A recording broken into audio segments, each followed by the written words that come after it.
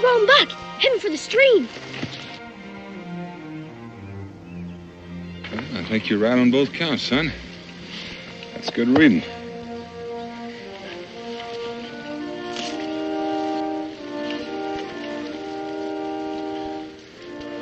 You follow his tracks. I'll cross over the stream and head him off. Okay, Pop.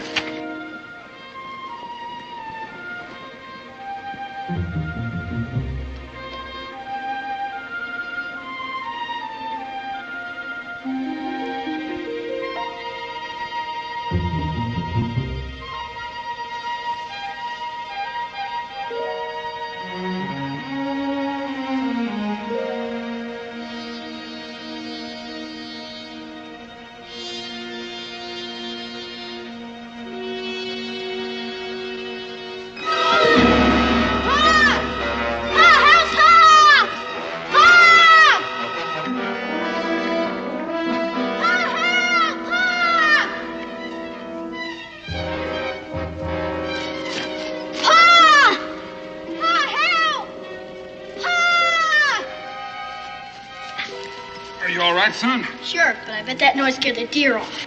Bet it scared everything for miles around.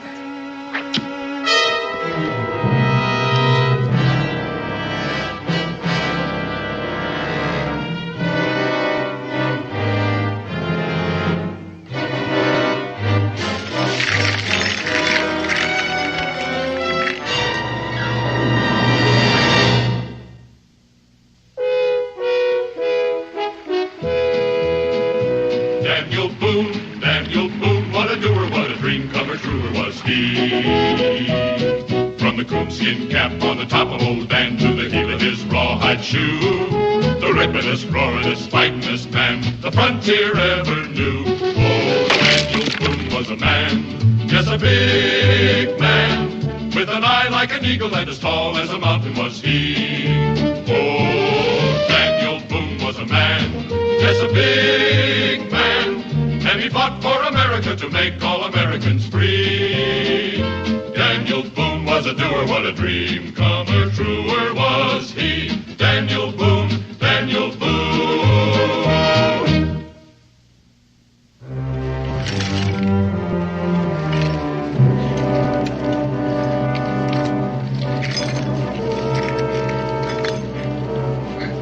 Kaka, aykhona ningancami. Bazabulawa ndim not nina bayeke njalo. Sabalungisa. Makakhulume. Where's the captain? What captain? We don't know anything about your captain. Let us go. You were following us. That was a deer's track we were following. Must be what your pit's for.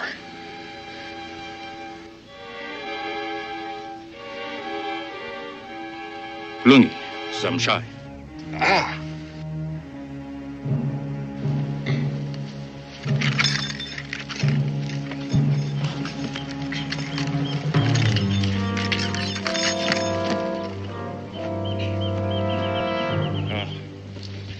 Kobosh.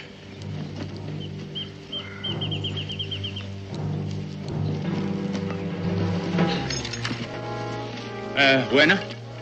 Veni, kubele lomgquma nuvale nonke. Nina, dizani nabo. Asambeni, khona manje. Hamba. Asamba. Dizani nabo. Hand over. Andela.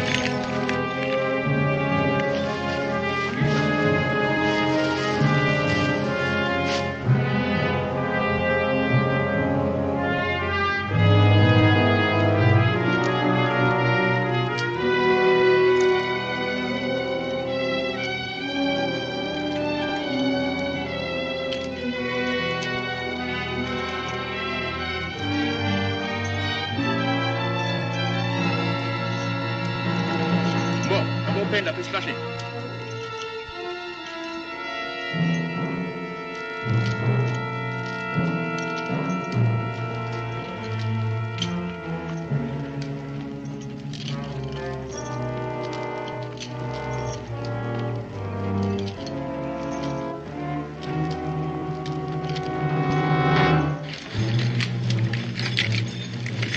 Ibat kobosha la 15 pamsan.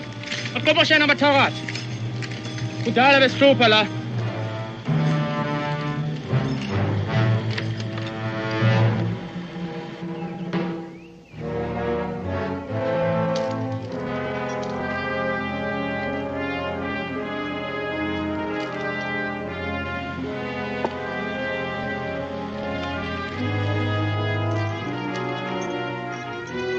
Fulala Manje. Fulala Manje. Fulala Manje.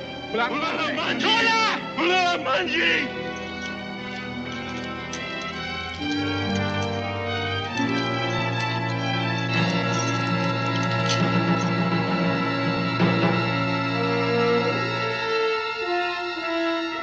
Why don't you let us help you? Help us. Help us. I didn't do that. 'Twas a man of your color. Do you answer for all men of your color? I answer for my people. The child is not your concern. A child is a child. You do not believe this. You say it only to save your life. To you, we are cattle. That's not true. Yes, it is true. I know the thoughts of the white man. If I known them sooner, would not be as you see us. How'd you happen to end up here? These are all that remain of my people. Once a village of hundreds. These live on the promises I make them. Home and freedom, as I live on my anger. We were many brave hunters, many fruitful women, living in peace.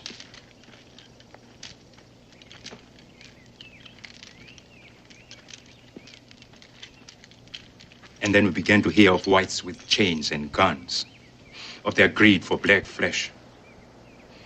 Flesh to be whipped and chained, and driven onto great ships in weeping herds. We fought well and killed many, but we were taken and chained. And all through the long nights I whispered to them, Harambe, freedom. When they marched us to the great water, when we sailed chained to the stinking decks of the slave ship, I whispered to them, Harambe, live, we will be free. I promise you. I, Kamba, promise you. We came at last to a great city, New Orleans. We smashed the chains that tied us on the deck, stole a boat and came up the great river. But the captain followed us. We walked across the land, toward the morning sun, toward home. For 30 days we walked. 10 died, and 10 remain. Mbo, babo pen la pislashling. Babo pen. Never, kuna manje. Babo. Yebo. And we will walk until I've taken my people home as I've promised them, and nothing will stop us. Not the bare feet of our children, Fulala Manje. but we'll carry them on our backs. Not the fear of the white man. Oh no, for we'll slip through their fingers like black shadows. Not hunger, not pain, not chains, not guns, not the strange creatures of this strange land. For we're free people, and we'll return to our home and be free. You won't even be able to keep them alive. Not without help.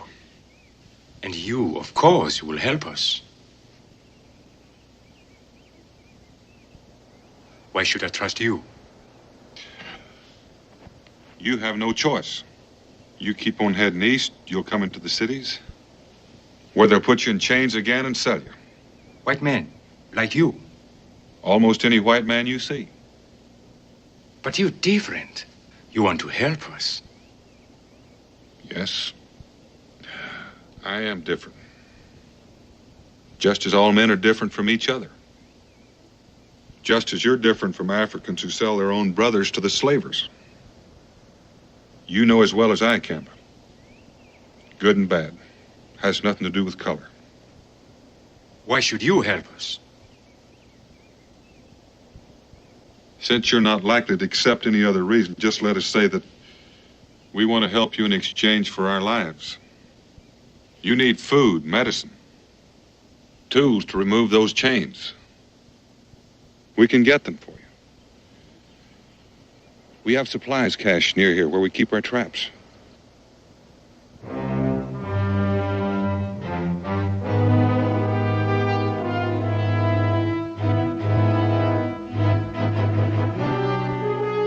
Mango, woza, mkhululi, msiki intamo, msiki. Mulalo. Siki intambo.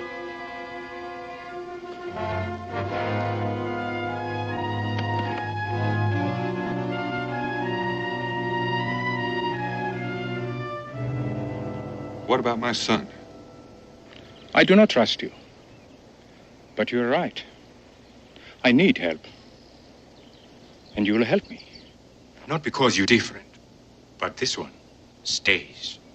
To make certain that you do not come back with other whites. How do you know I won't anyway? Because I've seen your eyes when you look at your son. Because I believe that you value him.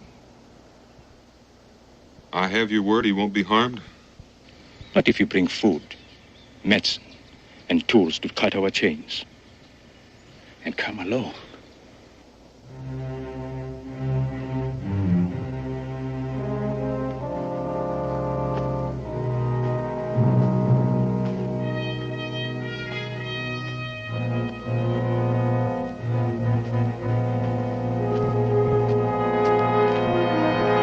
No!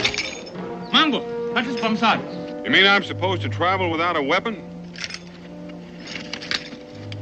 This is a rungu, a good weapon. And return here by nightfall.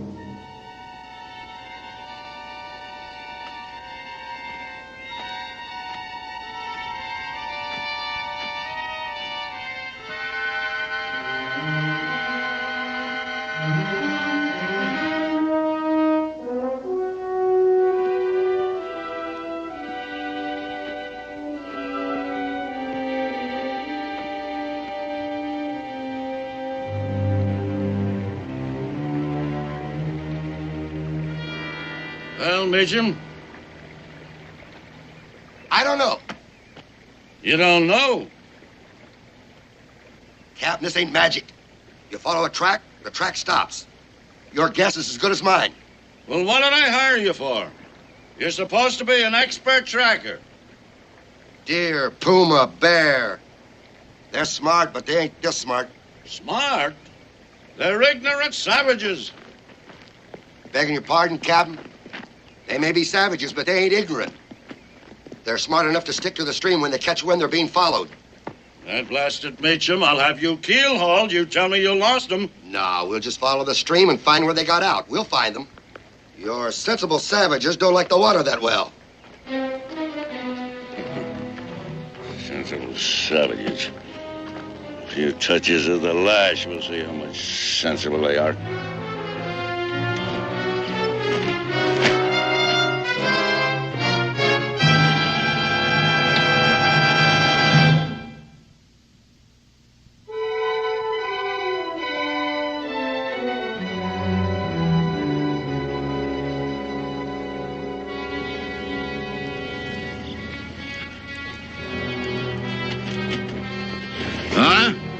Could be this is them.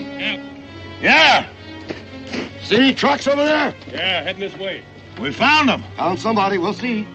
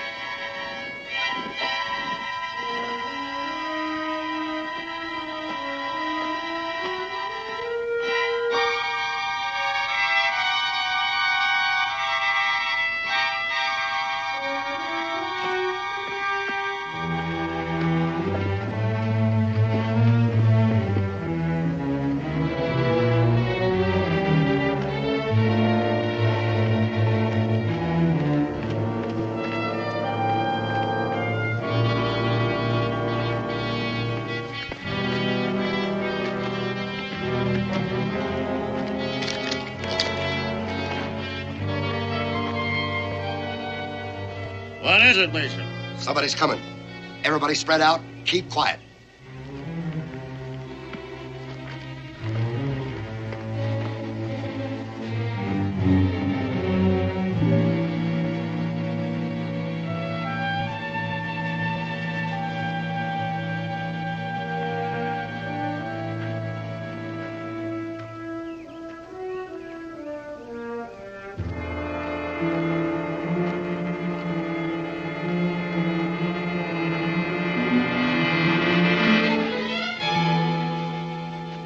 Howdy.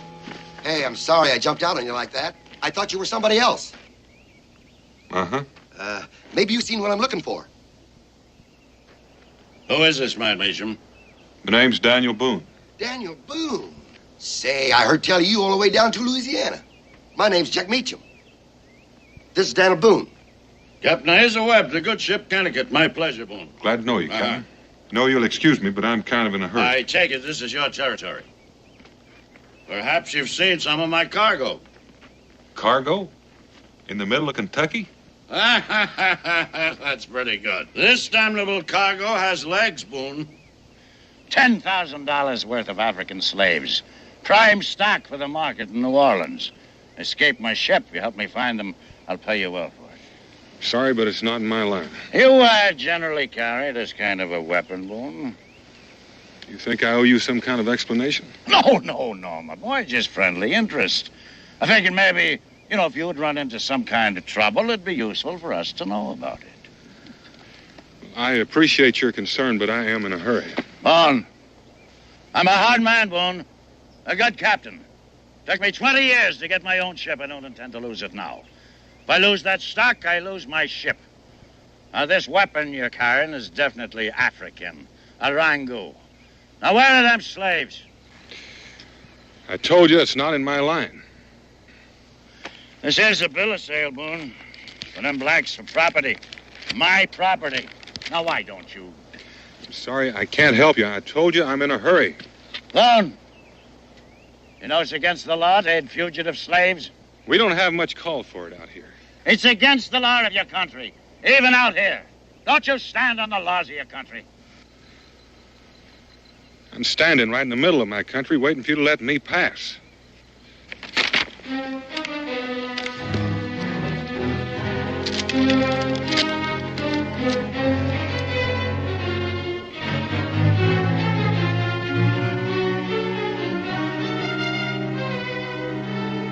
Men are blocking my way, Captain. My humblest apologies, Mr. Boone. But this weapon you're carrying is undoubtedly African. Fashioned somewhere between here and the Mississippi River by my property. What do you use it for? You're gonna have to answer me, Boone. Where did you get it? About 5 miles upstream. I found it. Does that answer your question? Oh, very nicely, and thank you, Mr. Boone. Now, if you'd just be kind enough to lead us there. I don't know about these others, Meacham, but you look like a man who wouldn't have any trouble finding his way 5 miles upstream without help. I'm Mr. Meacham's top hand at chasing wild geese. But we're after more important things now, Boone. Shall we stop playing games? Now, wait a minute, Captain. You hired us to track a passel of slaves, not fool around with Daniel Boone. We're not going to fool around with the great Boone, Meacham, at all. He's just going to guide us to where the slaves are. Aren't you, Boone?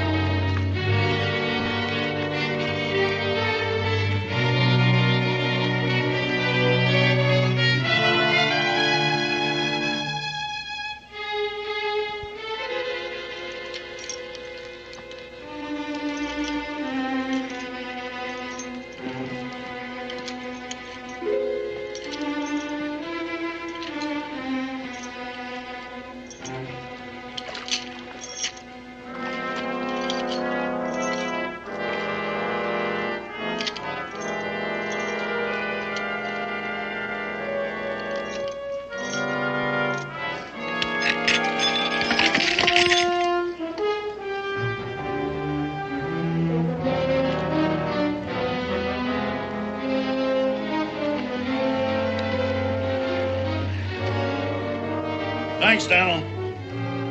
Well, I'm glad to see you're being reasonable about this, Daniel. You know, I never figured a man of your reputation would stick his neck out for a bunch of them soulless black savages. It's been proven that they have no souls, of course. Oh, yes, established scientifically beyond a shadow of a doubt. You should see the way they live over there, Dan. Oh, bloody savages. We bring them here, you know, give them a roof over their heads, some honest work to do, food and drink, and some good Christian learning, and it's the best thing in the world from Daniel. Believe me, the best thing in the world. Well, it's amazing they don't pay you for the privilege. Ah,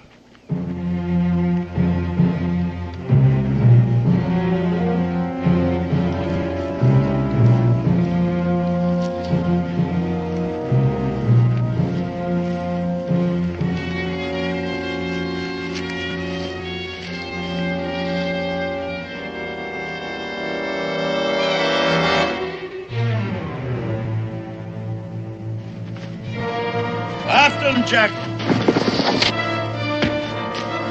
Boone, I'll blow you.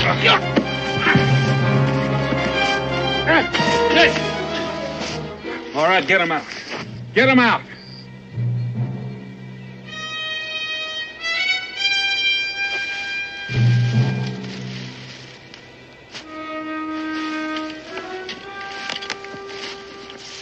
Drop your guns or I'll blow his brains out. Yes, stand right where you are. You're not gonna kill me, Boone. You make it mighty tempting, Captain. Now tell your men to put the guns down. I said stand fast. You're taking orders from me. You chess player, Boone. Because this looks like checkmate to me.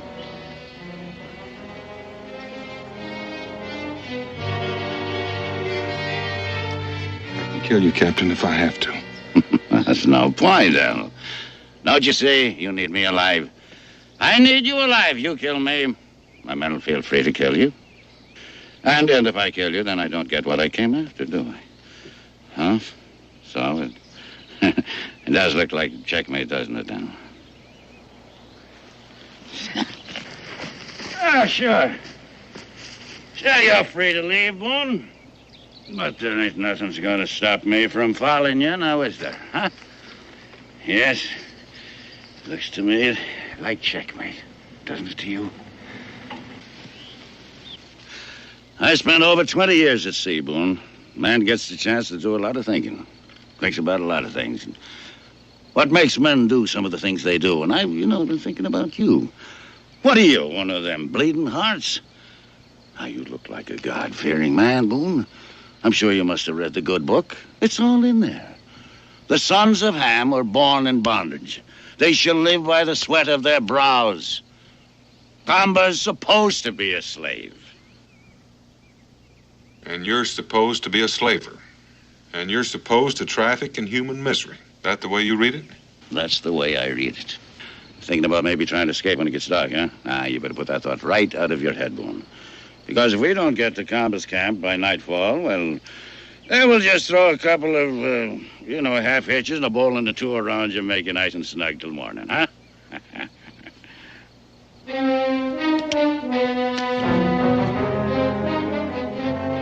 Thank you, Daniel.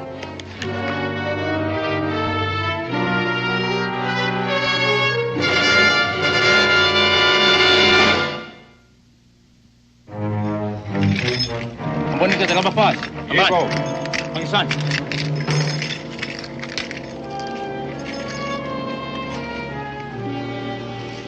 You hungry? My pa, he'll be here soon with food. You and your people, you can live here. It's good land. And there's plenty of game if you know where to hunt. Perhaps, but this is not our home. It's growing late. He'll be here soon. I hope so. And I hope he will not be foolish enough to come with other white men. He gave you his word. He won't go back on his word. We shall see.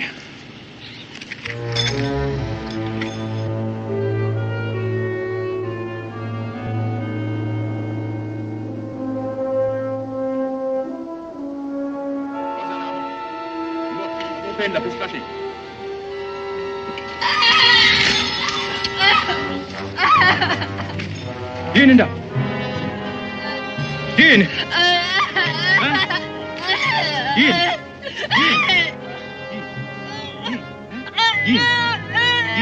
Yin. Yin. Kaba, what is she having in her hand? On the ground. Huh? Kaba, if she ain't near those berries, she'll die.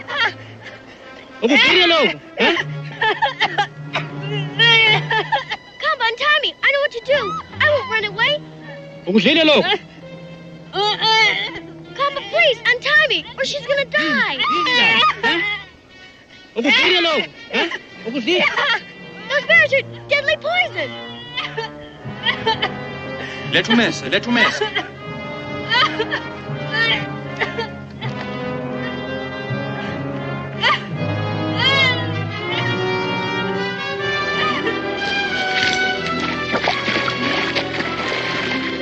need some water.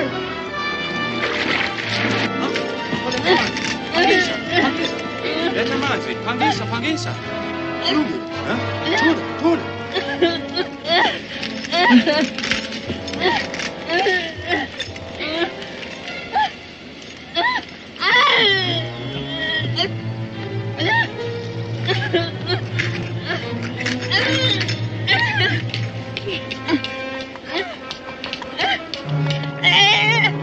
Hold her head. Hold her tight.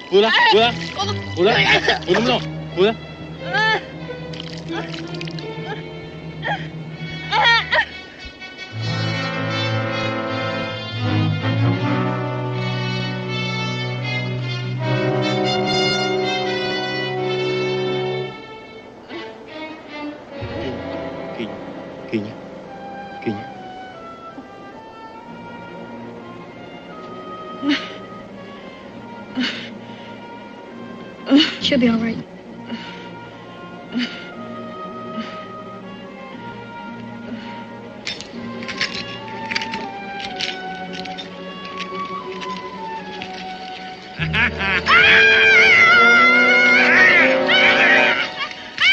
Stop it, Cobber! Tony, get him, get the knife out of his hand. Come on, you.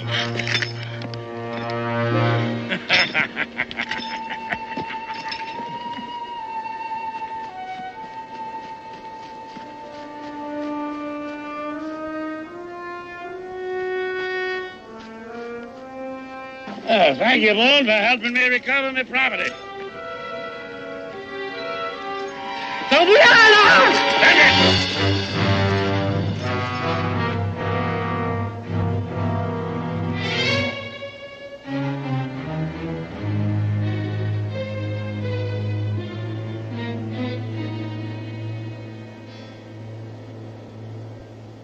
Where are the rest of them?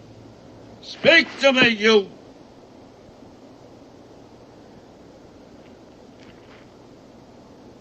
Back. He's dead. Dead? Of all the impudence. I'll be lucky if I break even on this deal. Where do you think you're going, Boone? Isn't that what you came for, Webb? No, not quite, I didn't. Not till we get the rest of them back where they belong. And I'll be after Brooke. No interference from you, Boone, on that case. Get that chain. Put it on Boone here. Sorry, Boone, I don't like to do that. Believe me, I don't. Bad discipline for blacks to see a white man in chains. But I can't risk you running out on me. You might be making a mistake, Captain. You and your men may slip through, but I saw plenty of Shawnee sign on the trail. That's a pretty feeble try, Boone. How about it, Meacham? Did you see any Shawnee sign? Shawnee signs? You're bluffing, Boone. This is Cherokee country. They ain't no Shawnees this far south. Not usually. But game is running low in their part of the country. There's Shawnee hunting parties all over this area. How about it? You men know Shawnee sign when you see it? Maybe they don't, but I do. Now lay off of them, Boone.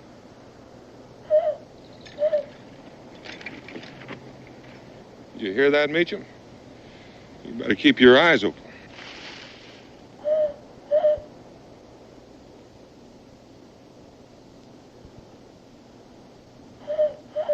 Did you hear that?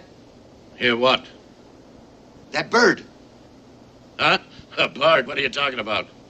All right, let's get out of here.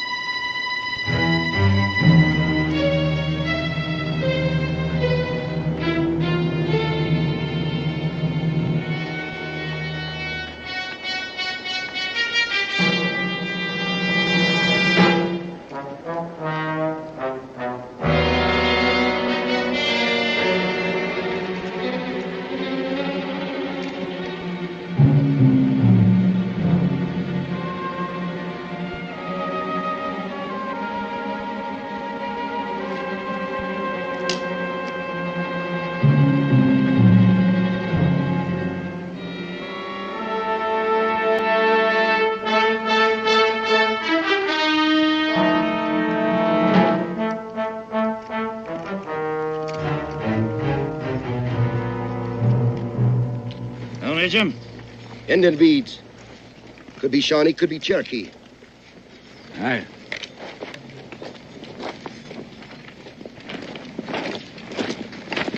Well, Shawnee. you can't be for sure. You said you knew Shawnee sign. Now, what is it? He says it's Shawnee. You believe him? Yeah, not really. But I figure Boone likes his scalp as well as the next man. What are you up to, Boone? Come here, Mitchum.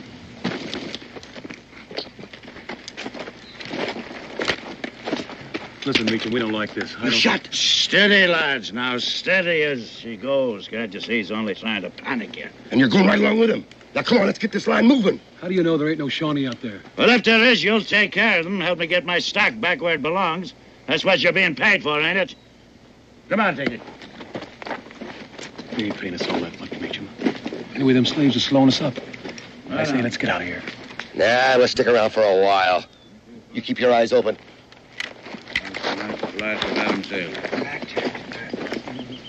One step, then another, and along. Easy, Dick. Easy now, lad.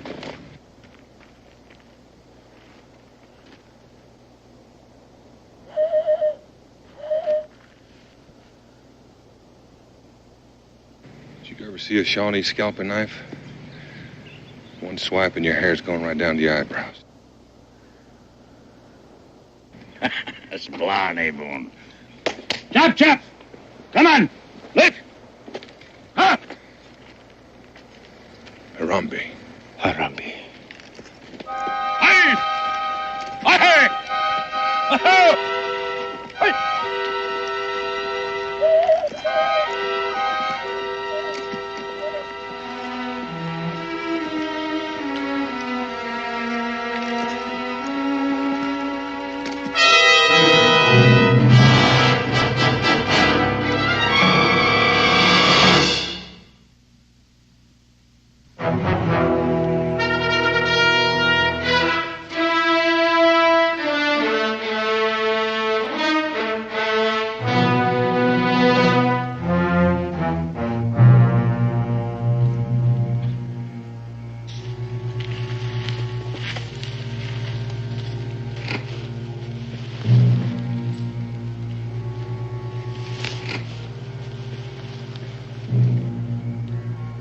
Hear something, Meacham?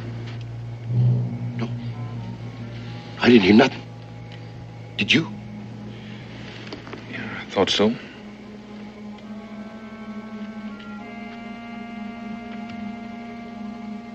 Control, Mitchum, control. I'm as nervous as a mother hen with a flock of new chicks.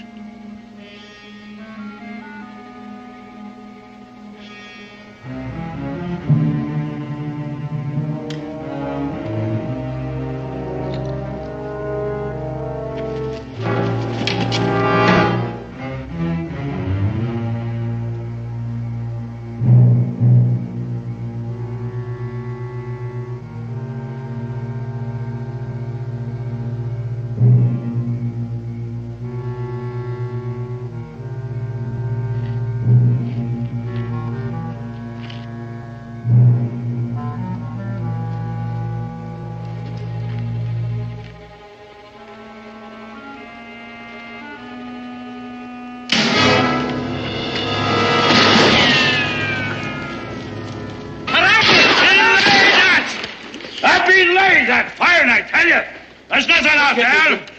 I ain't sticking around here a minute longer. Now, you listen to me, you bunch of lily-livered swabs. I'm paying you. I know what you're paying us for, but I don't know for sure what's out there. Oh, no, bills.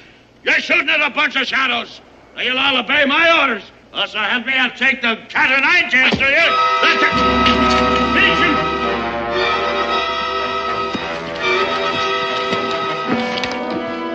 Come back here. Come back here, you bills by the skunk. Come back, I tell you! I'll give you double your wages, triple your pay, you dirty rat! Mitchum. Mitchum.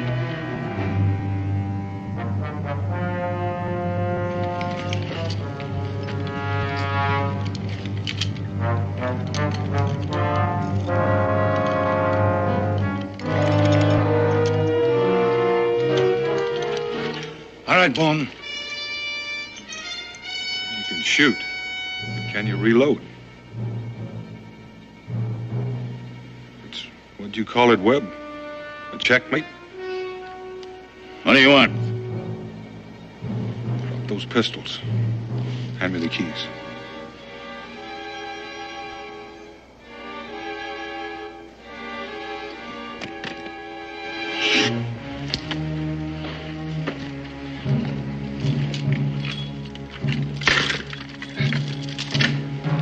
Harambe.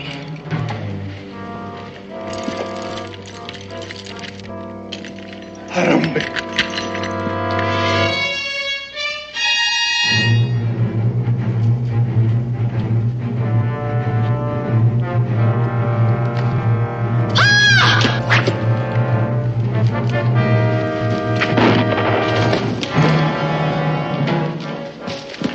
You all right, son? I'm fine. I'm proud of you, boy. How many of them are there? 4. I prepare my men for battle.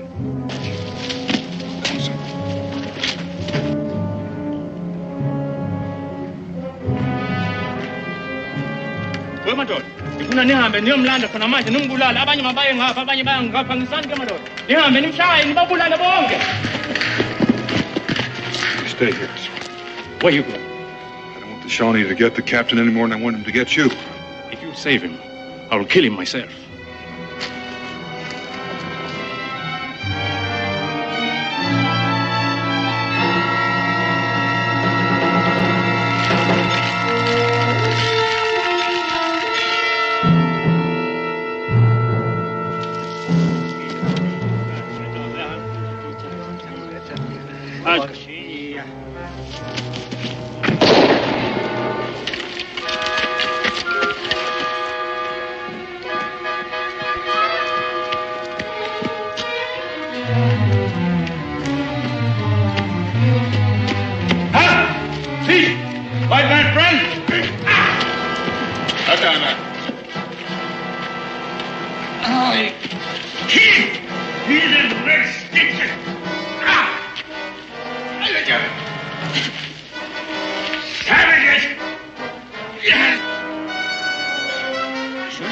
Pay for this by the great heart.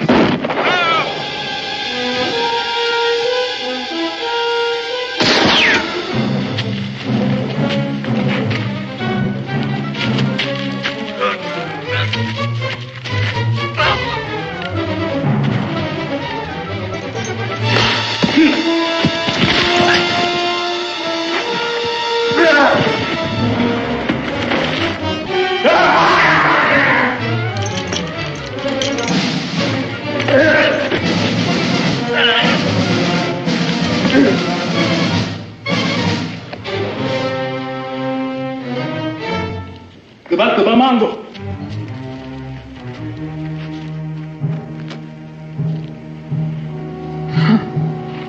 Combat! No! Do you want him to leave? I'll let him leave.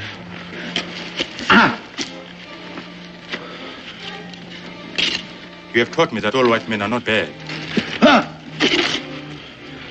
Perhaps even he is not all bad. But he no longer concerns me. I'll give him to you. I think you owe him something. For what? For your miserable, money-grubbing life.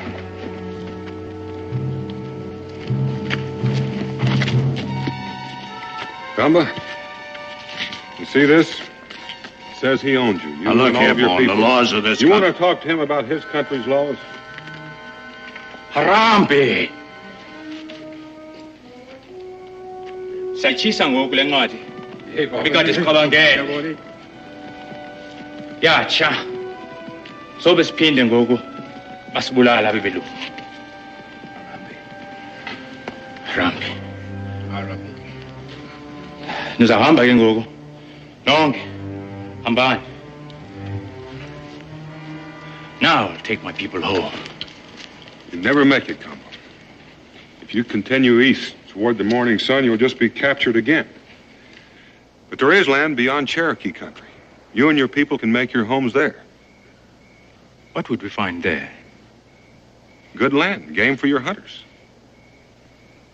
And this Cherokee, they will welcome us, even if we're different from them. The Cherokee judge a man by what he does, by what he is. And we'll live in freedom. Yes. You are sure no white man will come and will remain in peace?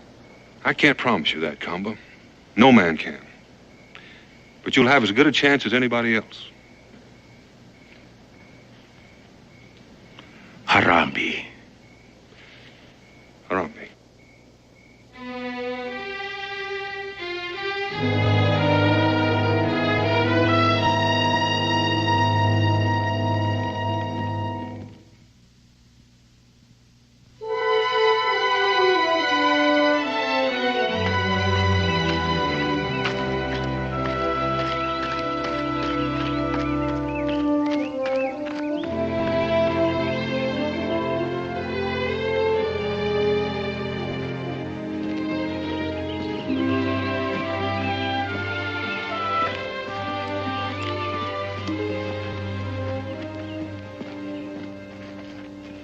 Your son will be a great warrior. I will see you again. We'll see you again. You're blasted well right, you'll see him again. And by the great horn spoon, I'll see you again, King Comba. I doubt that, Webb. Without me, you can't even find your way back to Fort Boonesboro. Good luck. Stay where? You wasted your time, Boone. I'll find them. I'll get them back. Go ahead. Sala. Sala.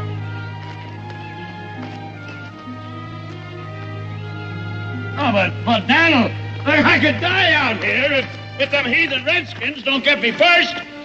I can't argue about that. But you can't let that happen, Boone. What do you think, son?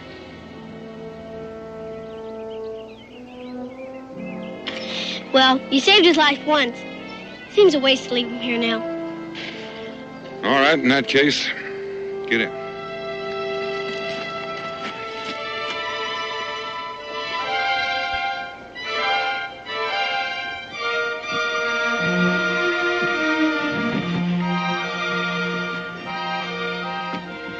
All right, Captain. You can start paddling.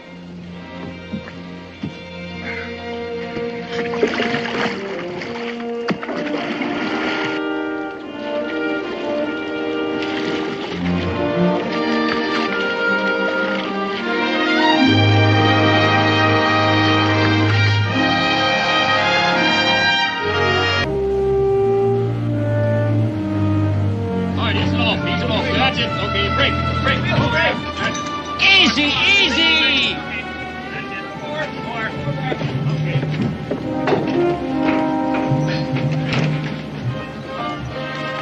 That wagon has to be dead center. Make sure that's securely tied. Corporal, you'll find some more rope behind this skiff over here. Come on. Lively!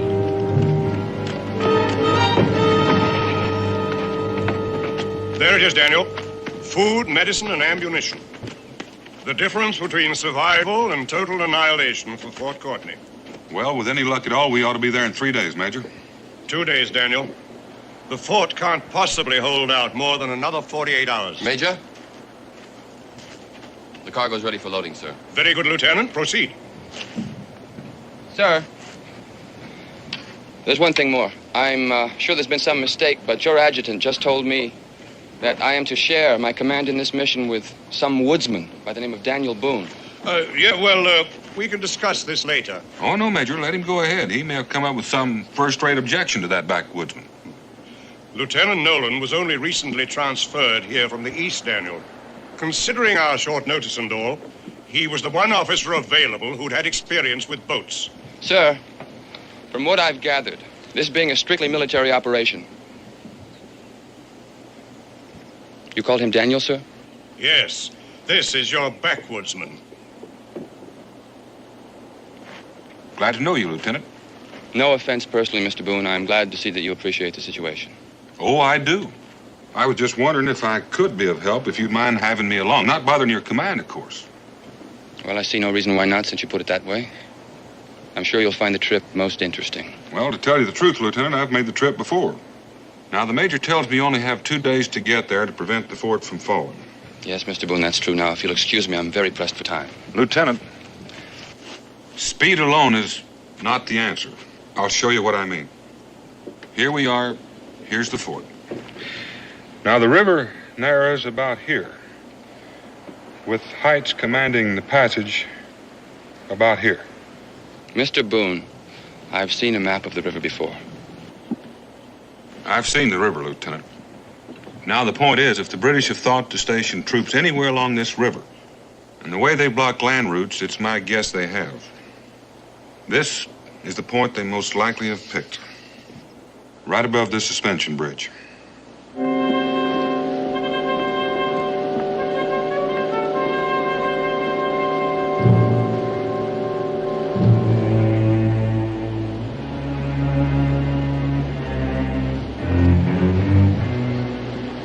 One degree correction. Fire when ready. Yes, sir.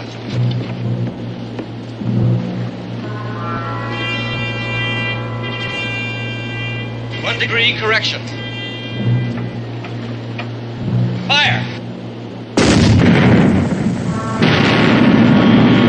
Perfect! Freeze that trajectory and we can't miss. Yes, sir. If anything comes out that river, it'll be blasted clear out of the water. I only hope they do use a boat. With the gunpowder they'll be carrying, one shot would do it. The blast will be heard from here to Fort Courtney. If not, by good King George.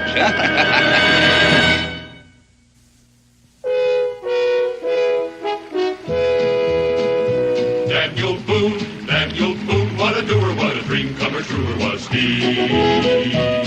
From the coonskin cap on the top of old Dan to the heel of his rawhide shoe, the ripperest, roaringest, fightingest man the frontier ever knew. Oh, Daniel Boone was a man, yes, a big man, with an eye like an eagle and as tall as a mountain was he.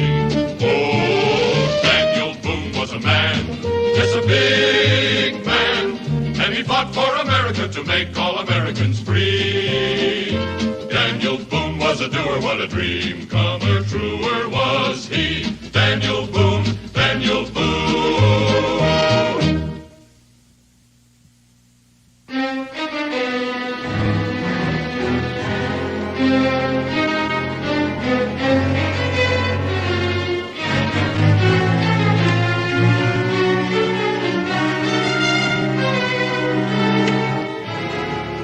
I'd feel a lot better about this expedition, Daniel, if you took those soldiers with you.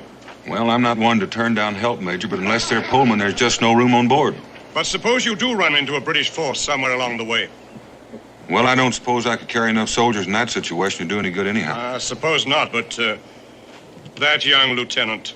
Oh, I think you'll be all right, Major. Just needs a little seasoning, that's all. Gentlemen, the Army needs 5 men to pull that flatboat upriver. Unload, free ride back downstream with the current, 3 days in all. But I need very experienced polemen, because we've got to get there in a hurry. What's the rush, Sonny? Yeah, we ain't going nowhere. I'm on the hurry. You in a hurry, Barnes? I don't see that concerns you. Nobody pulls nothing on this river unless I say so. So where you're going, why, and how much concerns me plenty. Mm-hmm. Well, I would think that you men could use all the work you could get. That's so? I'm still waiting for the answers, Sonny. With time running out, Lieutenant, I wouldn't think we could afford to be too choosy. Mr. Boone, I can't afford not to be. 1 man with character is worth 3 with none. It's amazing you found out so quickly. It's a matter of training, Mr. Boone. You take that man there, he could prove invaluable. He has leadership qualities, experience, spirit. It's pretty fair in the muscle, too. You. You're apparently the one to deal with. I'll need 4 men on the poles and 1 man on the sweep. In the first place, the name is Stronk. Mr. Stronk. All right, Mr. Stronk. You'll do for the sweep. And I'll leave it to you to choose the 4 best men in this lot. Just like that. Where to? How much? I don't think we should tell him where we're... Fort Courtney. And $20 a man. Go soak your head, Lieutenant. We ain't gonna make a trip like that for no 20. Wait a minute, Strong. Why don't you speak for your... Oh! Now you make that 30, and we'll think about it. The lieutenant can't afford $30. He was just about to tell you that. Now, if any of you men are interested in this offer, I suggest you start loading those supplies on the flatboat. We'll be shoving off here shortly. Mr. Boone. Wait a minute. Now, Mr. Strong, you wouldn't want to keep your shipmates from earning a good, honest dollar, would you?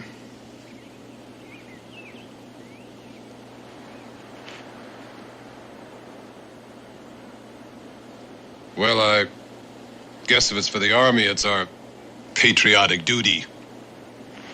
Toby, Parker, Barnes, George, let's go down the docks. Was there something, Lieutenant? Yes, Mr. Boone, a matter of authority. From now on, I'll handle these matters alone.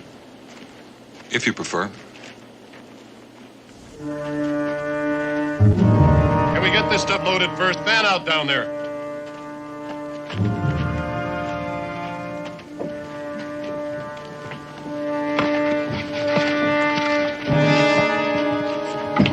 You get that stuff over there.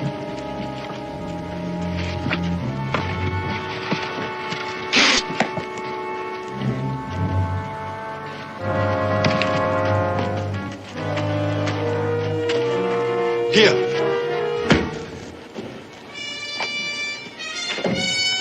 Very efficient, mon ami. Very good.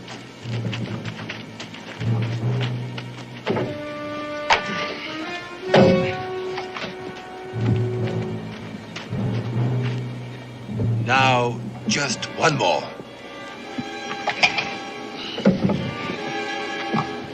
What happened to Barker? So I go off down the street. Barnes, tell Barker to get down here on the double, or I'll have to replace him.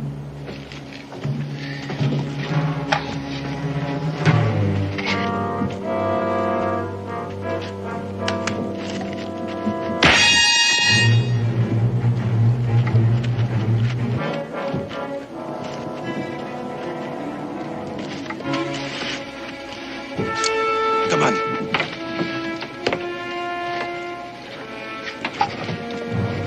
You, what are you doing here? That's all right. He's with me. Oh, he's with you. Off, both of you.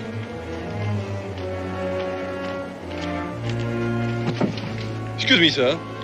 Are you perhaps the hire of a tollman for this boat? Nobody works here less than I say so. Now, get it. Wait a minute. Go away. Strong. These two ain't part of my crew. Mr. Boone, if you please, I'll thank you to leave these matters to me. All right. Let's get one thing very clear and straight right now.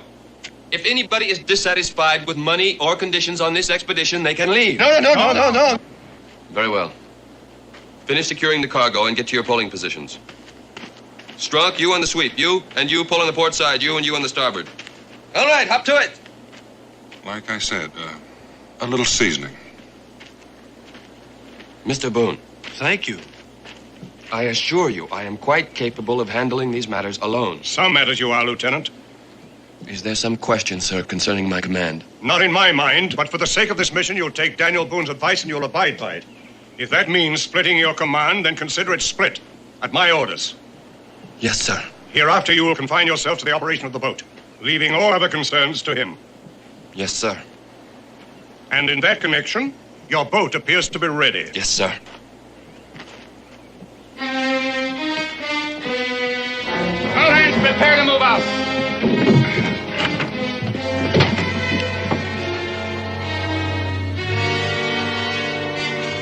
Let's go forward. Let's go aft. Bring her back by starboard.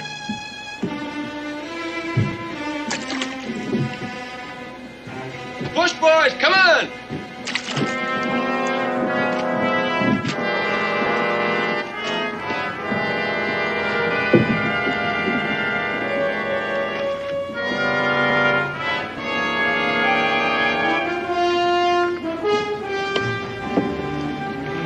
Pull the midstream.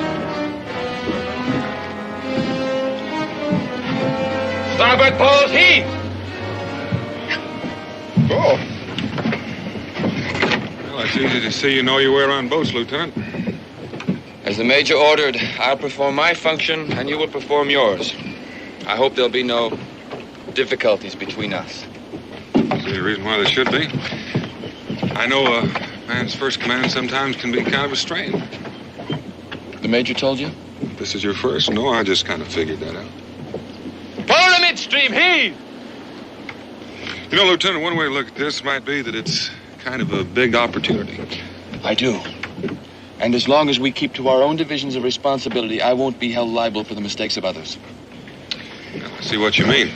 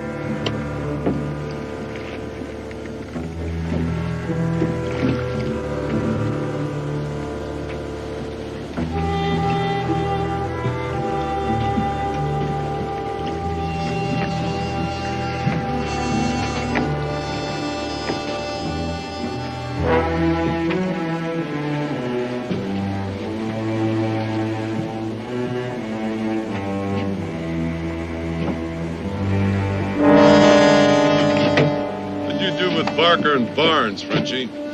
Parker and Barnes? What is a Parker and Barnes, monsieur? Don't give me that. Oh, excuse me, I'm so sorry. You clumsy fool, I'll break you in half.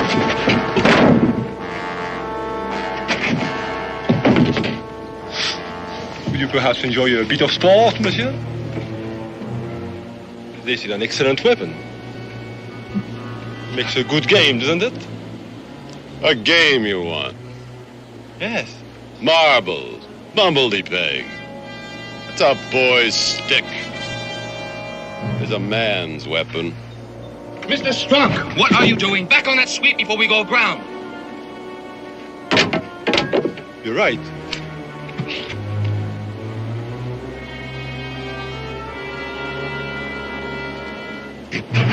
No, put those knives down.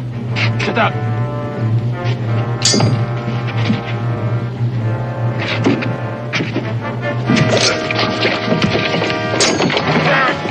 All right, Legrand. Now show him your specialty. I'll be delighted to.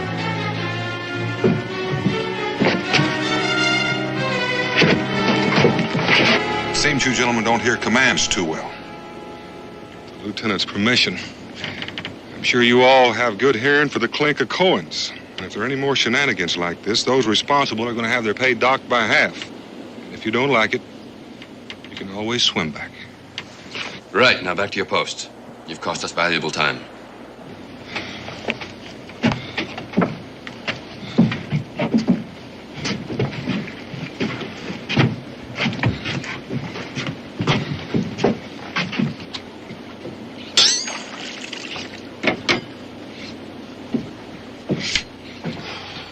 They're spirited men, Mr. Boone. It would be helpful if you could keep an eye on them. Bit early to be looking for the British, isn't it? Well, the British control all the territory along the river. One lookout anywhere along the river reporting our presence could mean the end of our mission.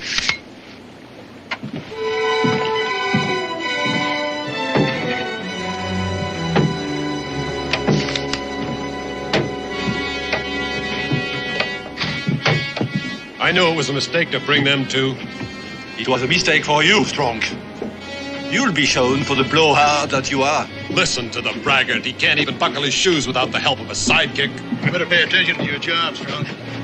We run into those logs down there, we'll all end up in the river.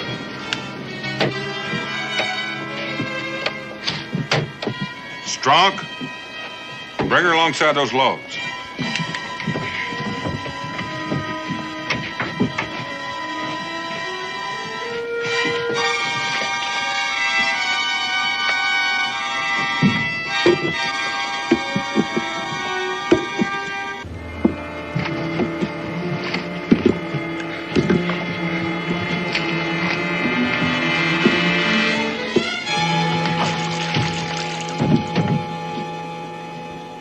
That log was blasted by a cannonball. Must have floated all the way down from Fort Courtney. Well, you're right about the cannonball, Legrand, but it didn't come from the guns at Fort Courtney. I'd say this cut hadn't been exposed to the water more than 2 hours. Meaning? Meaning that there's a cannon upriver from us. It's likely British, more likely commanding the river passage. Look here, Lieutenant. I'll show you what I mean, Lieutenant. We're about here. I'll cut across on foot and scout the suspension bridge. Then I'll hurry as quickly as I can and rejoin you about here. And if you're not at that point by the time we arrive, you expect me to wait? That's right, Lieutenant. Mr. Boone, I can't afford any delays. We can afford to be blown out of the water by British cannon even less. Now listen, that part of this mission is my command, and my orders are to proceed as quickly as possible and without interruptions. I have orders too, Lieutenant, and certainly one of them would be to prevent this from becoming a suicide mission. But what do you expect to gain? If there is a British cannon waiting for us, what can we do about it? We still have to try to push through. No, Mr. Boone, I'm sorry, I cannot. Lieutenant, I don't know what, if anything, I can do until I have a look. Now, in the meantime, despite these buckskins, I think you ought to know I hold the rank of Lieutenant Colonel. I'm ordering you to wait at that curve of the river until I get there. Hold up on the pole.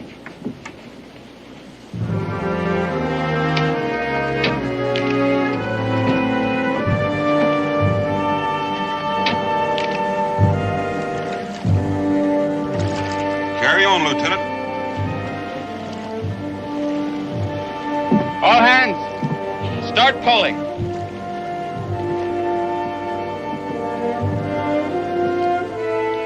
And from now on, you'll pick up your strokes. We've got a lot of delays to make up for.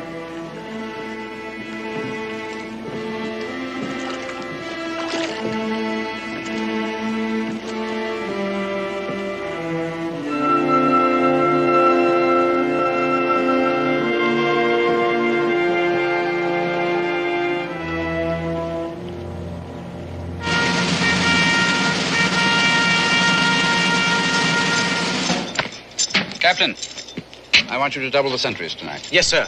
And put a 24-hour watch on the bridge. It'll be a bright moon tonight.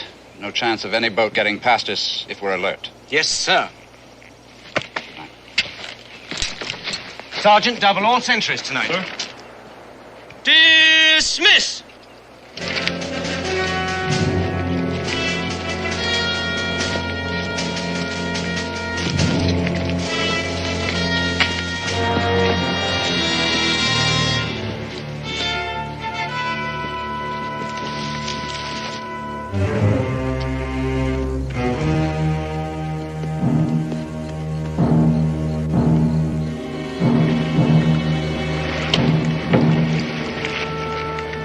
Hold it. This is it. Toby? Yes, sir. Drop the bow anchor.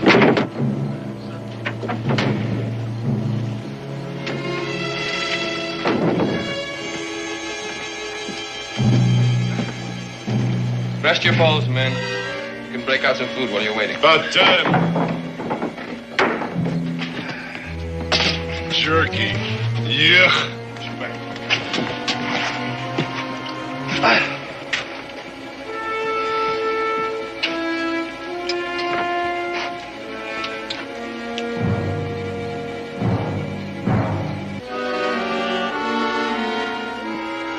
Funny, I never seen you two around town before. Well, we're just passing through. We come from south of here. Peculiar place must be. All wear them bracelets around their ankles? About you wear them too? When I think it's none of your business, I'll let you know. I won't say I never seen any bracelets like them before. They're usually attached to chains. Of course, chains could be hacked off if need be. You know something? You do an awful lot of talking for a man that's so outnumbered. Lieutenant! What's the trouble, Mr. Strunk? How long are we gonna have to sit here on this rotten scow? Until I tell you to move it.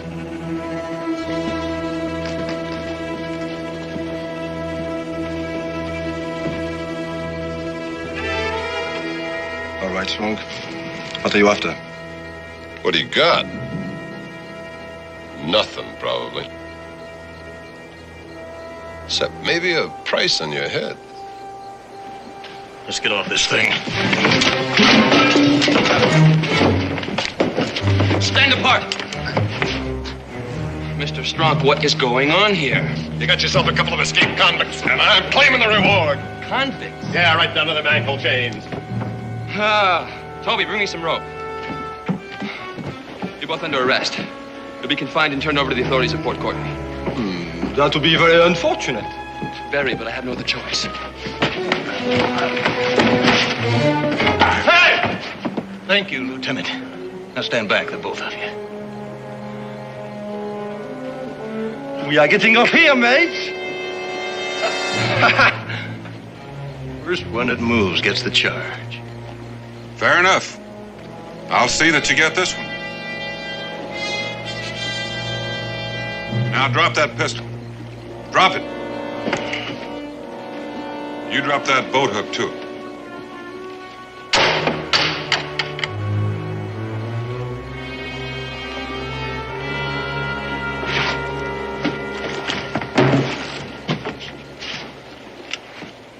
Escaped criminals, Mr. Boone. If I hadn't been so bullheaded. It's lucky I got back when I did. We're gonna need all hands. You mean you intend to allow these two to continue on our expedition? Lieutenant, we don't have any choice. I'm gonna need their help. Their help? I found the British, a whole passel of them camped out above that suspension bridge and the cannon. Grab 2 shovels, about 30 feet of that line, and a keg of powder. You 2 are going with me. Good riddance. These men are escaped convicts, Mr. Boone. Dangerous men. They'll try to kill you and escape the first chance they get.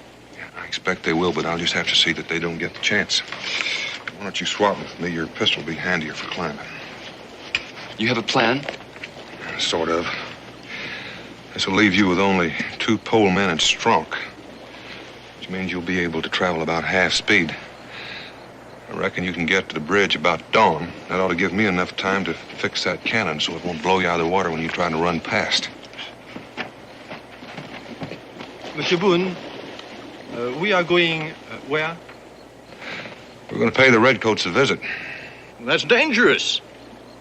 I reckon it'll hold your interest. You cannot force us to go. That's right. I can chain you to the wagon. But if you come with me, you figure you'll have a chance to escape, so I reckon you'll come. Monsieur Boone, I am going to regret killing you. Your apology is appreciated. Now let's get started. Very well.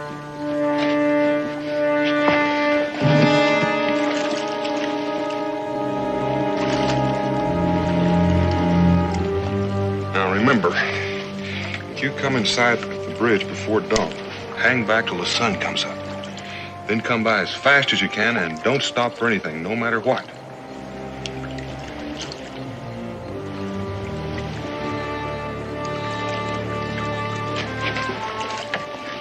I can count on you, can't I? No matter what, Mr. Boone. My friends call me Daniel. Mine call me Bo.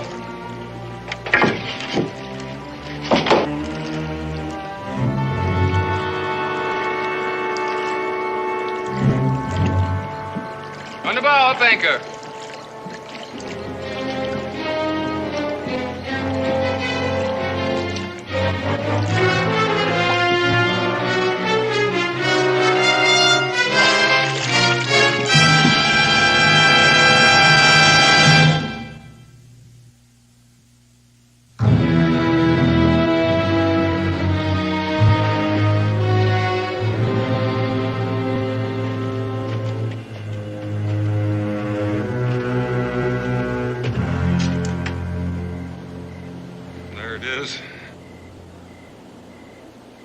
That's the way we're going to get there. Then we just blow it up with your powder, is that it? Now we'll just bury that keg in the edge of the cliffside under the cannon, light it with a fuse, or do you have a better idea? Huh? What I do know is we ain't never gonna get there. All you have to do is look. Well, that's where our friend Legrand comes in. Me? You see that line? You see that tree on the ledge up there? Yes, I see it. Well, how many shots is it going to take you to throw this boat hook over that limb? I know nothing about throwing boat hooks. Well, I thought you said you were a master of all weapons. I am, but this is not a weapon. Well, I figured you must have thought so the way you've been waving it around. Or did Strunk have you all figured out just to braggart? You think I'm a child, huh? To be maneuvered by such obvious tactics. Give that to me. I'll show you.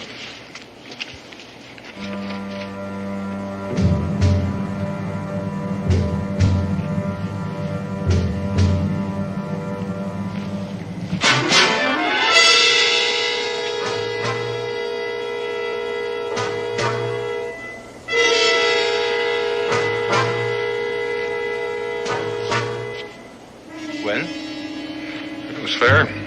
Fair? All right, Malloy, you're first. Start climbing. I can tell you right now, nothing's gonna come of it. I can tell you one thing's gonna come of it. Before the night's over, you're gonna be a pretty fair mountain climber.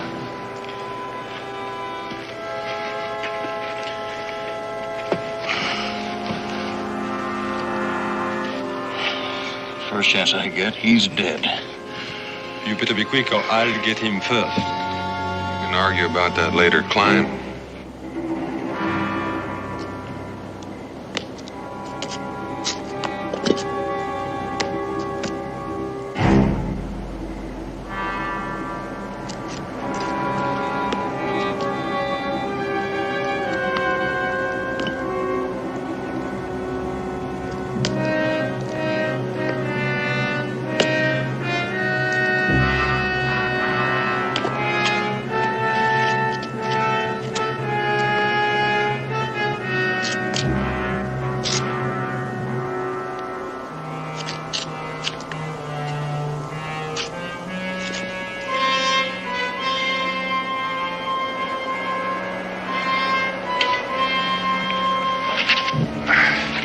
Here, make the barrel fast.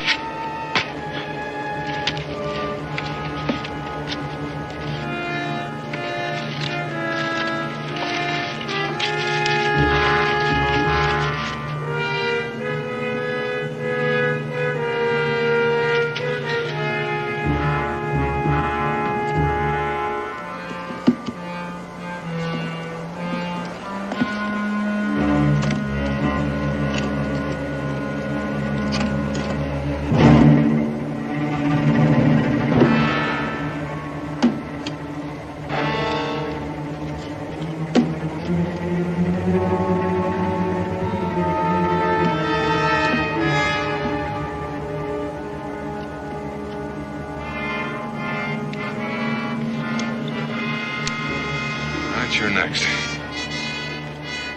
Well, here we go.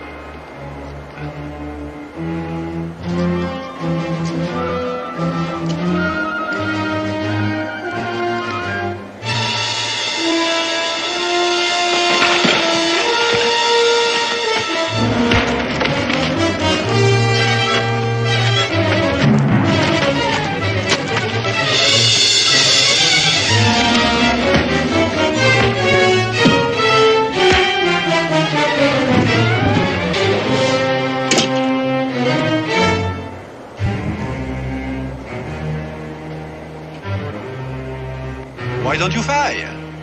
Who cares about waking up the redcoats? Oh, it's a pity, isn't it? A pistol that cannot be used. Your gunpowder tossed to the winds and your time ticking away. It is that. I guess we better forget about trying to climb that cliff. Find a way to work our way past those sentries that have been posted. Without weapons and without powder, huh? Well, we just have to use some of their powder. I reckon they got plenty to spare. Well, you'll have to figure it out without me, since you cannot use the gun anyway. I can fire the gun all right. If I don't get your help, it won't matter whether I wake up the redcoats or not. You know something, Boone? I'm beginning to admire you. You have a lot of spirit. Well, you have quite a bit of spirit yourself. Let's head up that slope.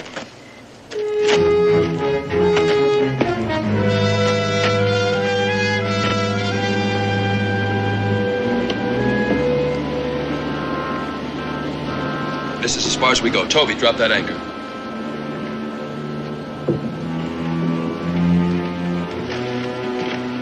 What are we waiting for? Dawn, as Mr. Boone instructed. And we go poling past that cannon in broad daylight?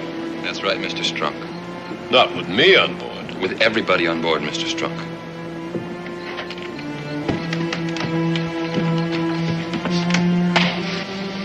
That's what you think.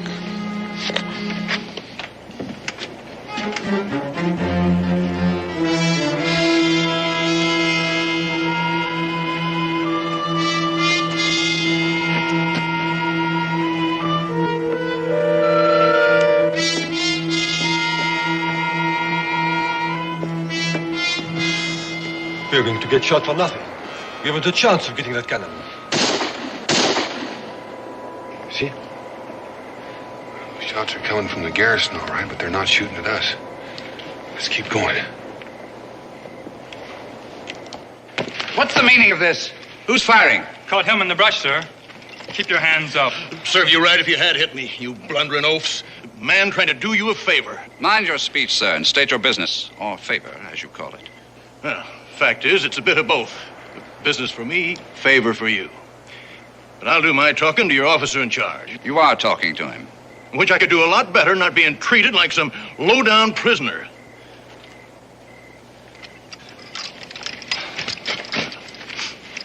Merci.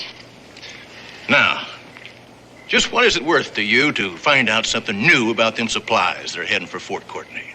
Nothing. I'm ready to blast anything that comes up that river. Well, sure you are. Of course you are, but it'd be nice for you to know just when they're coming and just how they plan to get by you in spite of your cannon. I don't know what your information is worth, if anything, until I hear it. And you won't hear it until we've settled on a price. I figure that, 100 pounds in your currency, that'd be a fair price.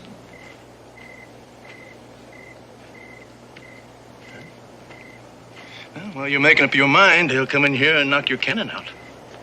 How? How do I know you're not lying? Because I can prove it just as soon as we agreed on a price. Very well. You'll get your money. Good. Now, if you'll just take a look over the side, you'll see the powder that was meant to topple your cannon into the river.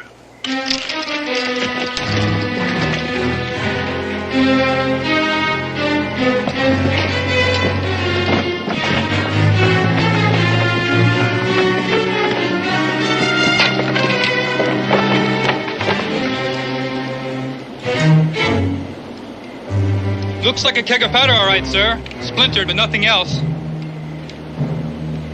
All right. How many men? And where are they now? Well, there was 2 of them last time I saw them. But if the man in charge has his way, they'll disable your cannon before they bring the flatboat with supplies into range. Flatboat, yes. I'd anticipated something of that sort. You'll get your money when that boat is destroyed. You men, guard the approaches to this cannon and shoot anything that moves.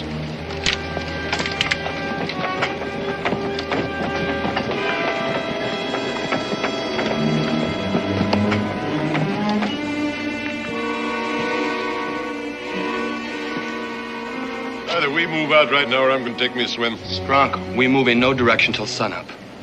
You take one step for that side and I'll blow your brains out. The way you handle that seems more like a gun for Boone than for you. Mr. Strunk, once I pull this trigger, I doubt if you could tell the difference.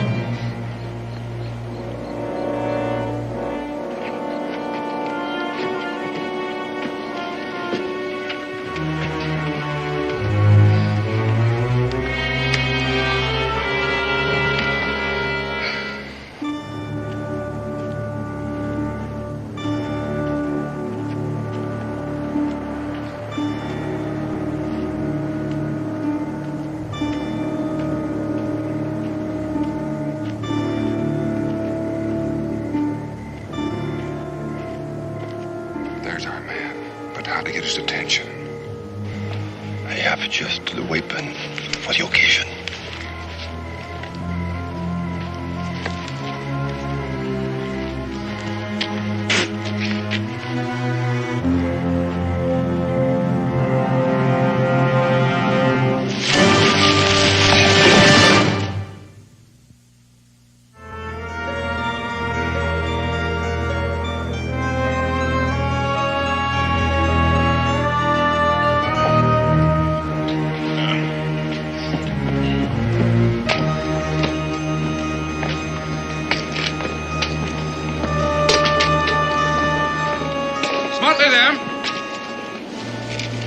Captain, I want the cannon loaded and ready for firing. If they're coming at all, they should be here presently. Yes, sir.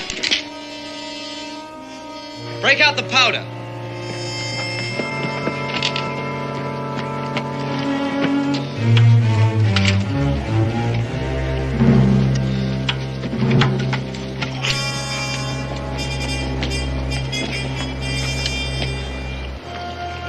That's it.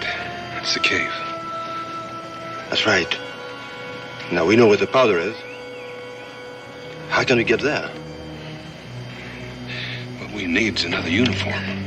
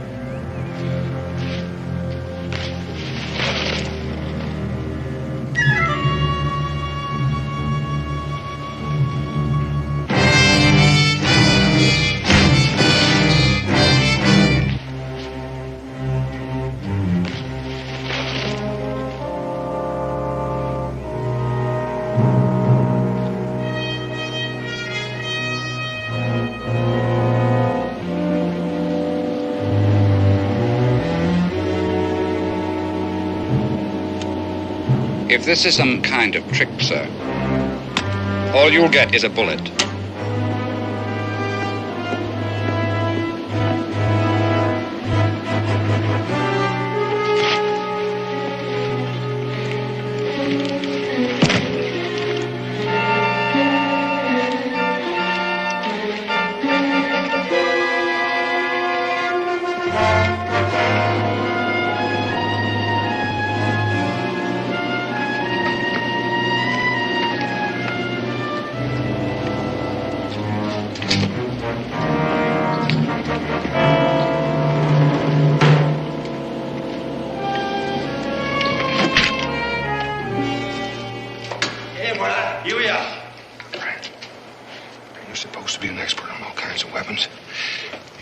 What would happen if we set off all this powder?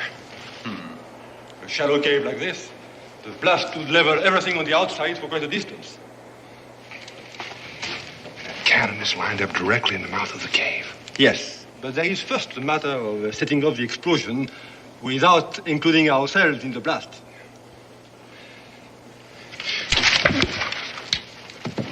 Me boy.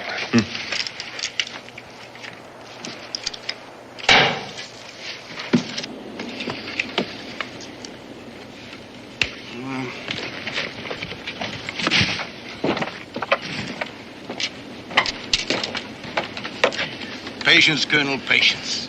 She's got a stripe-happy West Pointer for a captain. He'll get her here if he has to push her.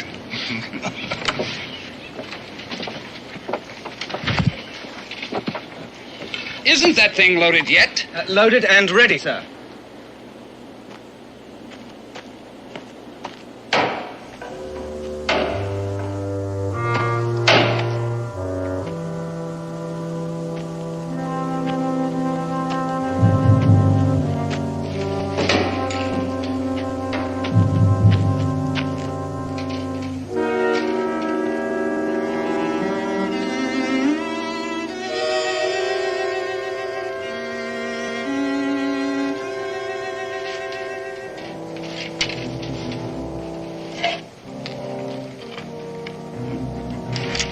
Captain! The boat! It's coming!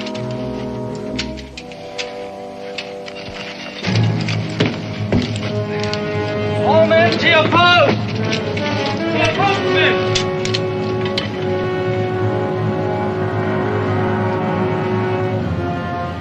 She's here. Loaded to the ears. Make ready for firing. No one would show up on time.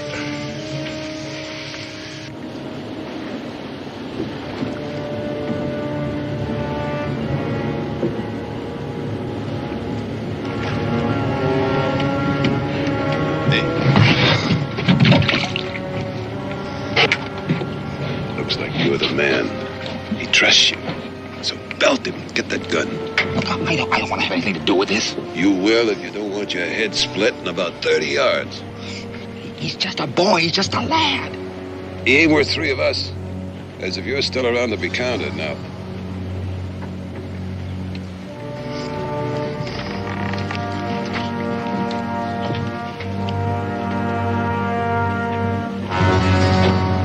Hey, look! It's the British cannon.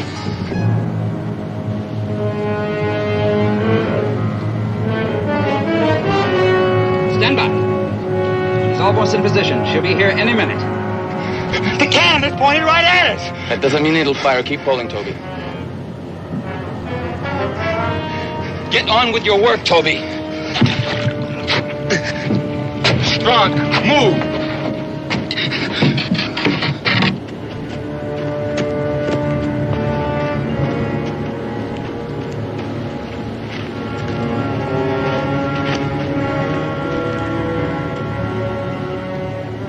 Captain! Quickly, they're almost in position.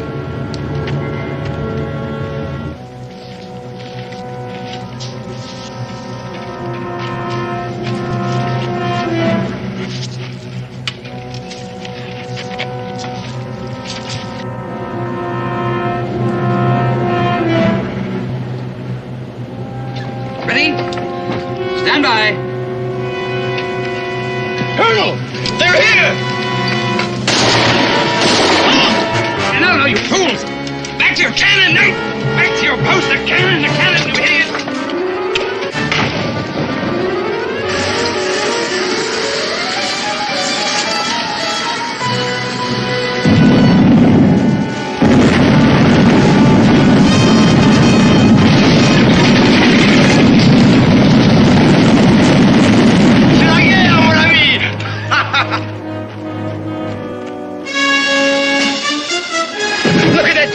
Look at the cannon! Rally, men! Rally! Back to your posts! The cannon! There's a cannon! Never mind the small arms! Hey! Now let's get the pole! Come on, I'll show you how to pull this thing! Fire the cannon! Cannoneer, raise your torch! Get to the cannon!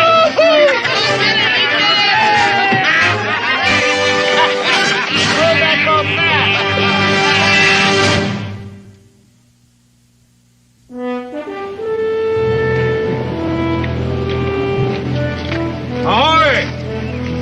Hold it! It's Boone! That was a great job to get on the cannon! Good to see you, Bo. The boys work out all right? I never served with a finer bunch, Daniel, never! Well, you made out better than I did. Why? What happened? Well, I kind of hate to tell you. Malloy caught me off guard. Turned British informer. And Legrand? Legrand? Well, I guess I lost him in the confusion.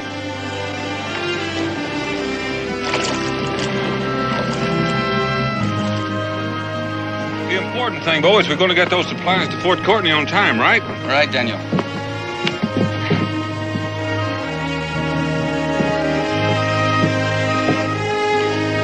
Hey! Ho!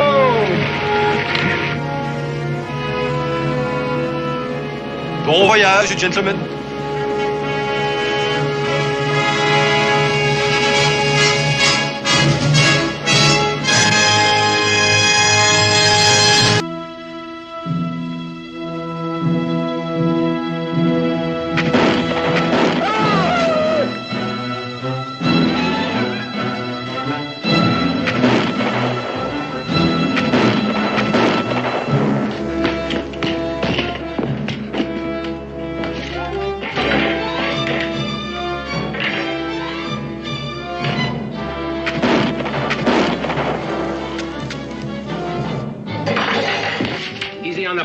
running low. Ma! Your mother's valuables. Quickly.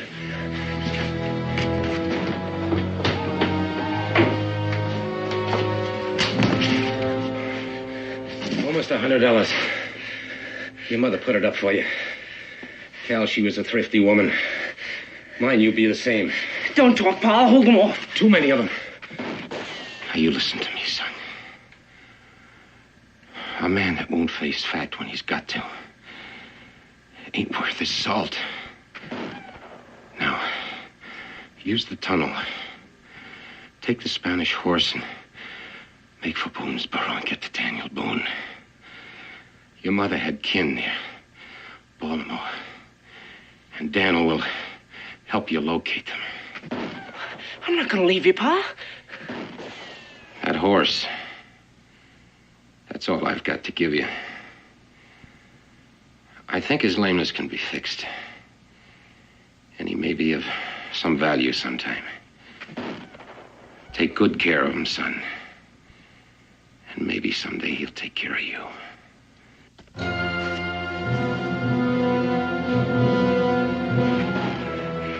Son, we've had our times together. Now get out of here while you still have a chance. Get going. Come on, boy. Get going. Cal. Take care, son.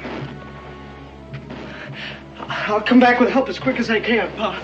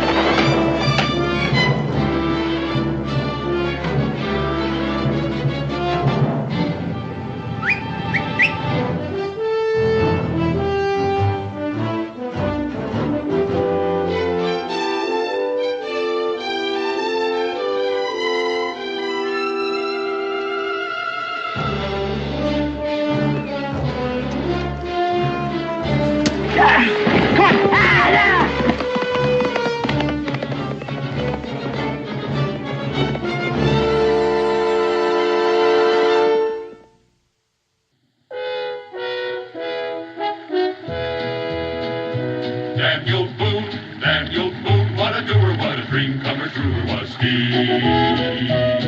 From the coonskin cap on the top of old Dan to the heel of his rawhide shoe, the rippin'est, roaring'est, fighting'est man the frontier ever knew. Oh, Daniel Boone was a man, yes, a big man, with an eye like an eagle and as tall as a mountain was he. Oh, Daniel Boone was a man, yes, a big man, and he fought for America to make all Americans free. Daniel Boone was a doer, what a dream comer truer was he. Daniel Boone, Daniel Boone.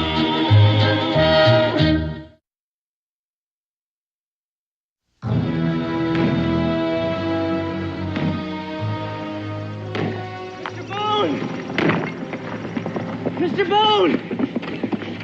Mr. Boone! What's wrong, son? It's Pa, Mr. Boone. Shawnee jumped us right after daylight. Shawnee? Oh, yeah, about 5 or 6 of them.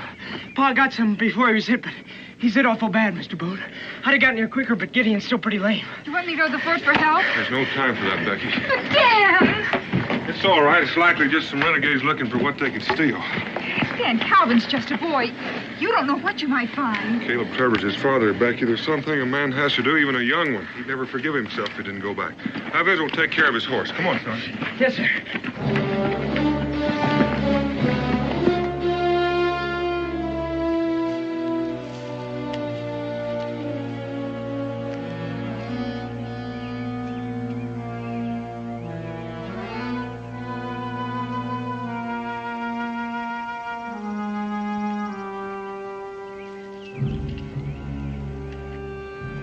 Stay here, Cal.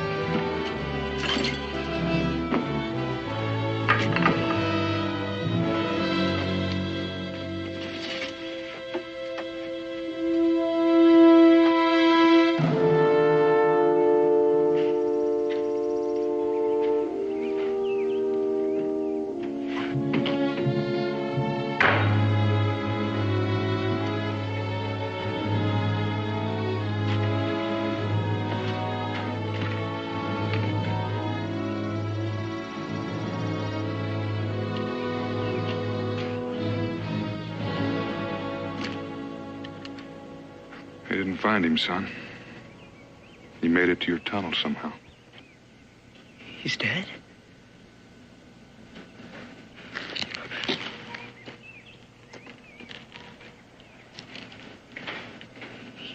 was all Gideon and I had, Mr. Boone. We were going to do so many things together. I shouldn't have left him. Cal.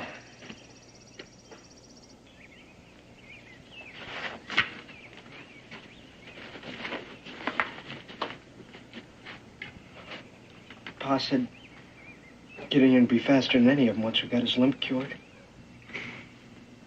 And that's a chore you can finish, isn't it? Won't be the same now. No. That's the way your pa would want it. I want to see him. Believe me, Cal, I know what's best. Something to remember, Cal. Nothing never ends. It's always the beginning of something else. Why don't you go on down to the creek and wash up, get your wind back. I'll be along directly.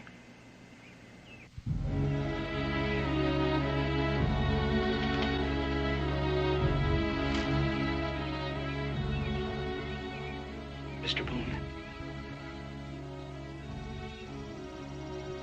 He always set store by the shade of that big old tree over there.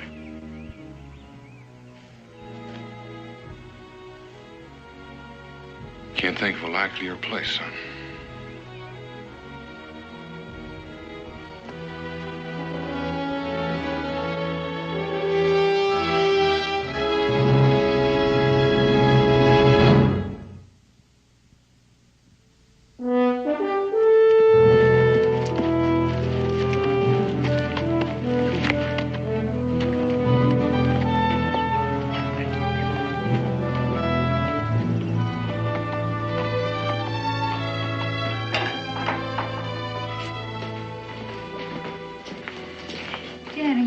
Those letters. Well, I'm almost done. Think you'll be able to locate Calvin's folks? Caleb Trevor didn't leave much to go on. I doubt if he heard much from his wife's people after she died. And they may be a little difficult to locate after all this time. I'm worried about that boy, Dan. Mm-hmm. I was thinking, if you say so, we can keep him here with us. We could.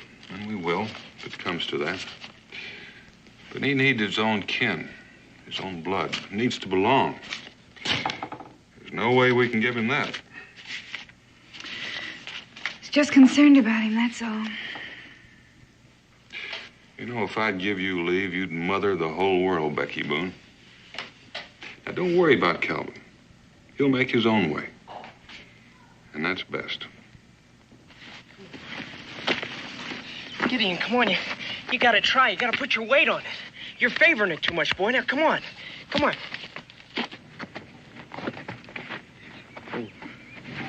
Pa always says animals know what's best for them. Please, Gideon, you gotta get better. Cal? That's the finest looking horse we've seen in these parts. Well, he'll be the fastest, too, in the whole country once that leg of his mends. Well, I reckon he would be if all four legs were sound. They will be. Pa said they'd get well. Did he, Cal? Well, he said he thought the lameness could be fixed. How long ago was it those drovers left him with you? Almost 14 months, but he was getting better. And he was lame when they left him? Yes, sir. But it was that ride over here. I rode him as hard as I could. It sure didn't do that leg any good. Well, he's got a bowed tendon, Cal. After 14 months with no real improvement, it's doubtful if he can be cured. The drovers knew that. And right now, that tendon's mighty inflamed. But Pa said that... Wait, isn't there somebody who could get him well? I've got $100. I'd be... And that $100 is for your schooling. I couldn't let you do that.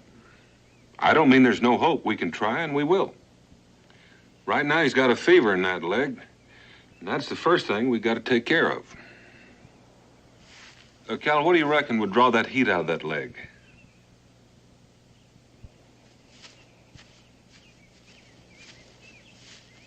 Do you think his leg can be fixed, Pa? Well, we can try, Israel. Cal's got all of his hopes wrapped up in this horse. Anything I can do to help? Yes. Yes, you can. You can go ask your ma for some rags, and then we'll get some mud and some herbs, and we'll make poultice. Yes, Pa. I've got to tell you, Cal, the chances are pretty slim. I think you ought to face that now.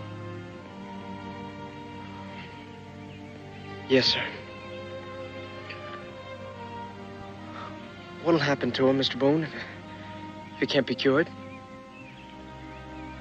I mean, will we have to do what they do to horses when they break a leg? There's no point in worrying about that now.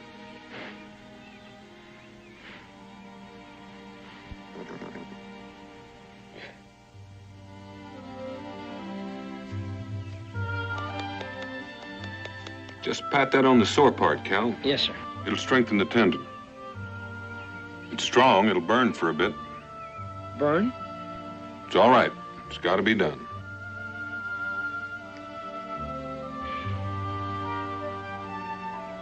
It's going to need a little exercise to keep him stiffening up. A little more each day until he gets the strength back in that leg. Yes, sir. Well, you want first, Israel? We're gonna make him the fastest horse in Kentucky, the Virginia, and the Carolinas, too. Well, like your pa says, we're sure gonna try.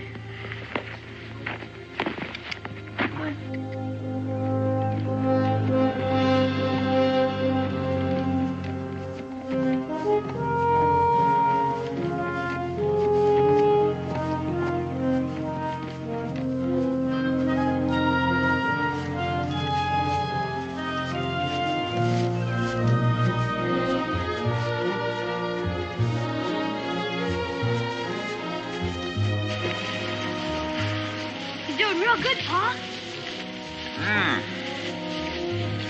Oh, boy. Good. Inflammation's gone down. You can start riding him a little in a few days. Give him his rub down. Yes, sir. Come on, get in.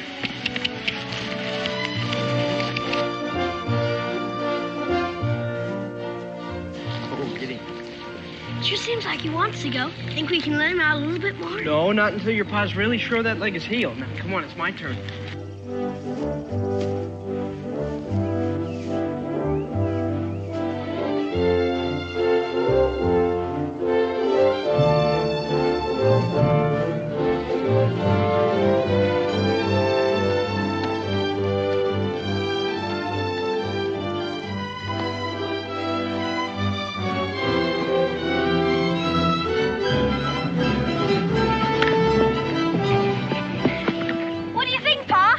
Looks like you got him warmed up enough.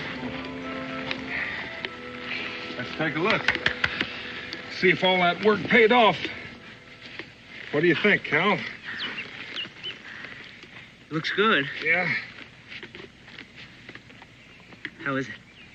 Sound as a dollar. You sure? See what he'll do. I'll give you a mark, Cal.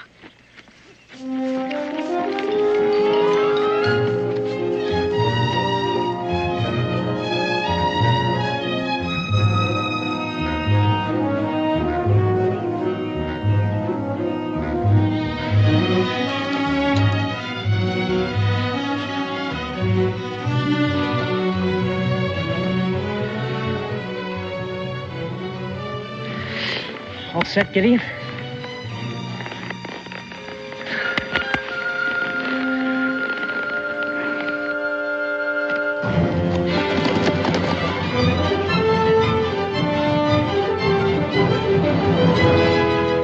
Come on, Cal! Come on! Come on, Gideon! Come on, go! Go, Gideon! Come on! Come on! Atta boy, Gideon.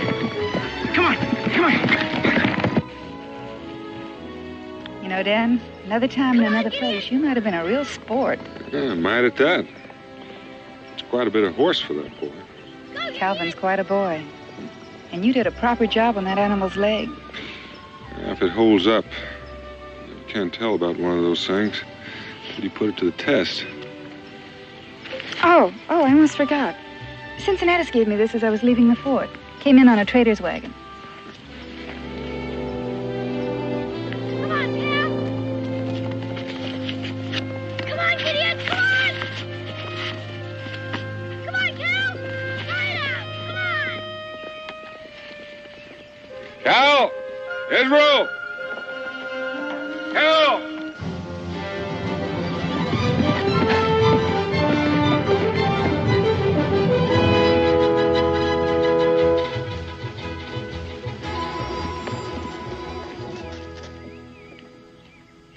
Dan, are you sure Calvin will be all right? Becky, I won't leave him in Williamsburg until I'm sure he's in the right place. Well, I want to thank you for everything, Mrs. Boone. I'll never forget it here. You're always welcome to come back, Cal. Thank you. Maybe your aunt and uncle let you come back for a visit before winter. That'd hardly be fair, Israel. They have quite a bit of getting acquainted to do. Spring, then? Well, I'll sure try. Where's your money, Calvin? Oh, I have it right here. And you make sure it stays right there. Yes, ma'am. Well, so long, Israel. You watch out after the place, son. Okay, Pa. Bye, Becky. Bye, Dan. Bye. Bye.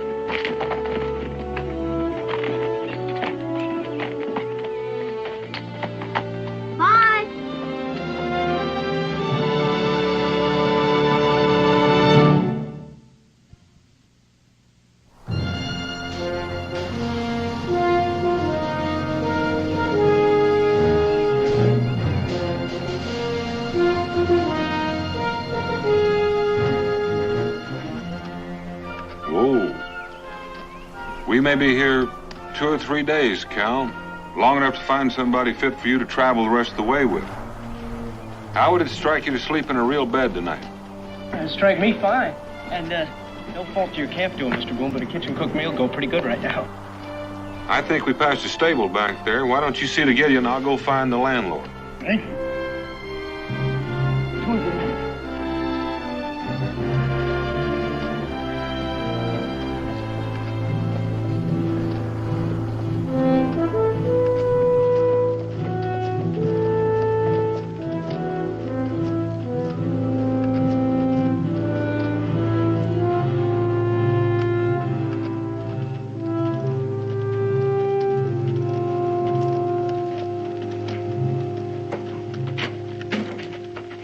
Pardon me, sir. I was wondering if I could stable my horse here. I'm not the proprietor. Oh, is this gentleman over here the proprietor? No, he is not. He works for me.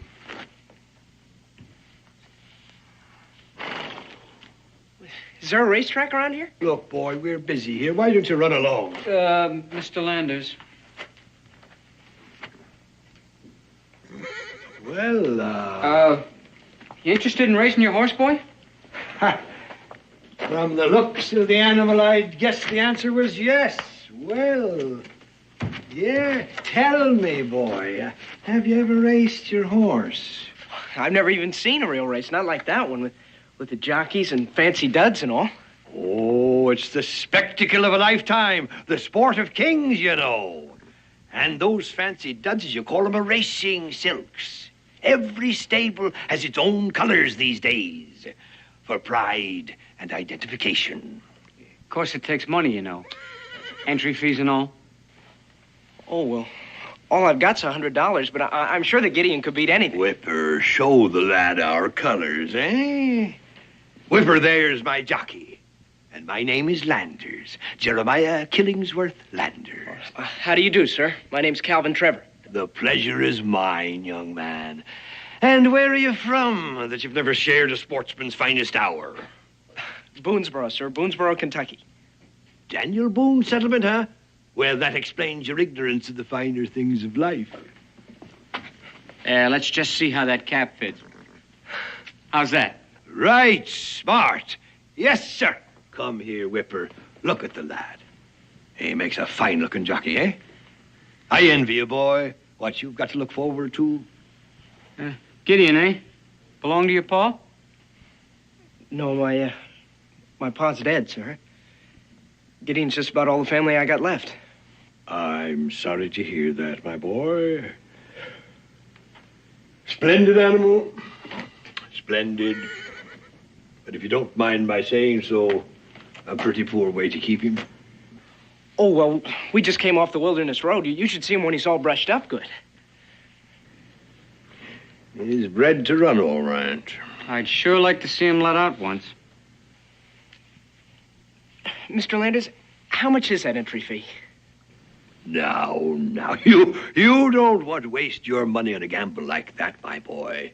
He's a fine-looking horse, sure, but it takes more than looks to win a purse, you know. Yes, I'll never forget my first purse. Your heart jumps right up here. The wind is like music in your ears, and the shouts of the crowd are all for you.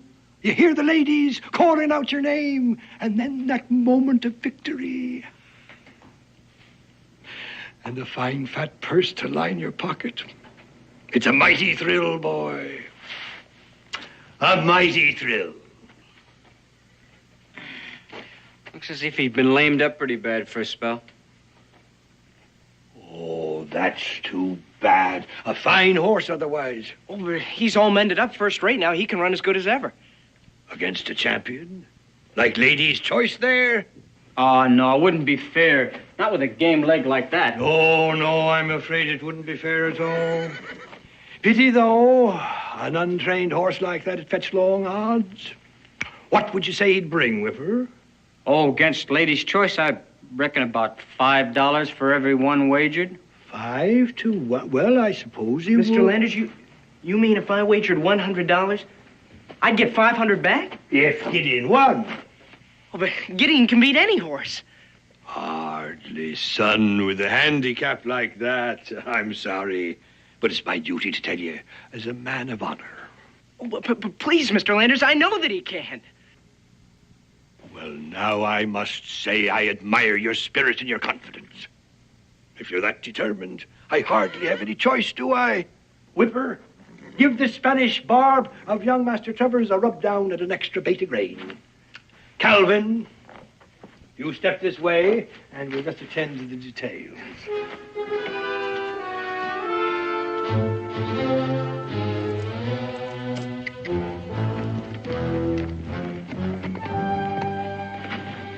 But, Mr. Boone, my pa said that Gideon would take care of me. He wouldn't want you to get it that way. But, Mr. Boone, don't you realize... And I'm sure he wouldn't want you to risk all the money you have in the world. But Gideon won't lose.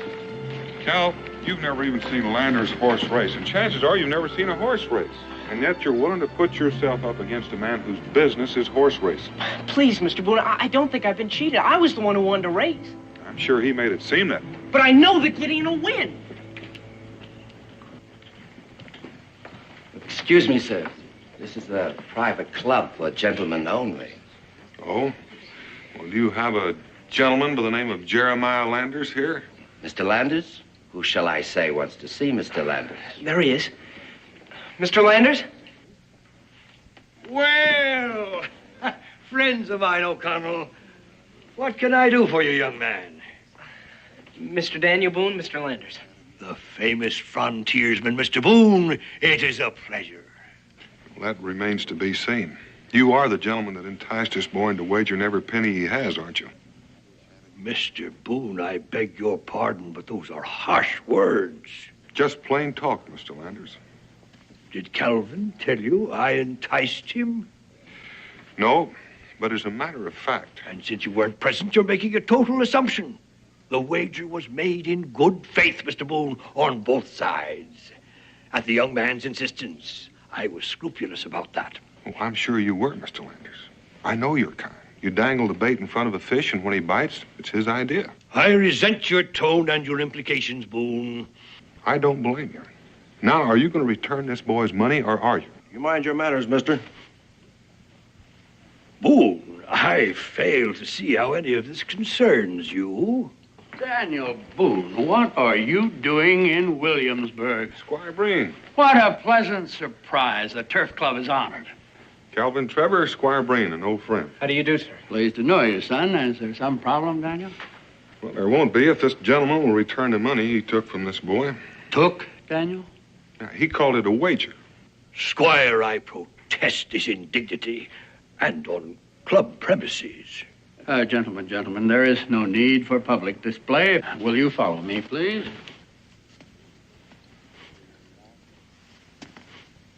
Would you excuse us, please? We have a private matter to discuss. Certainly. Thank you. Would you close the door, please? Squire Breen, I am not accustomed to this sort of treatment. I realize this man is a friend of yours, but frankly, his inferences and his accusations cannot go unchallenged.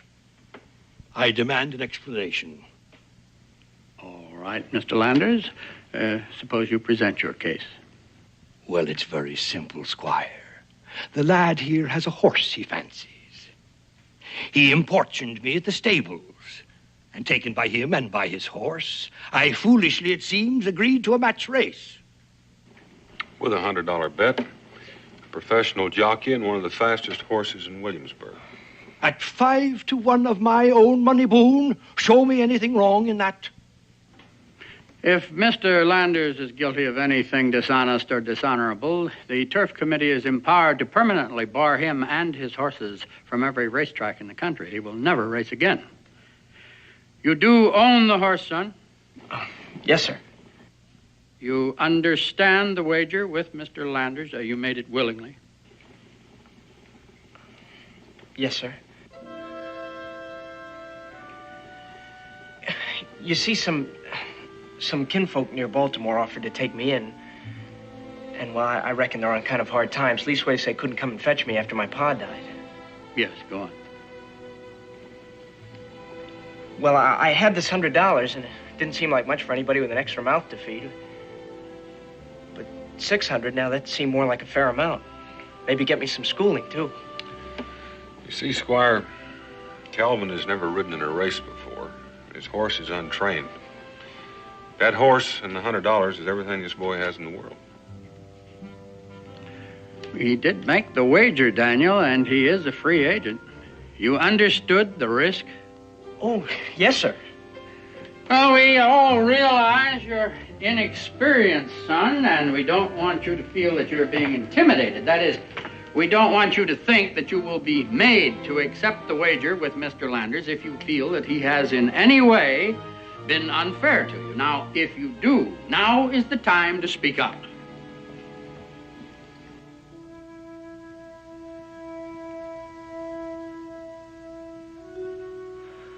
I reckon you'll hold it against me if I say I want to go ahead. Oh, son, as long as you know the facts, it's your decision.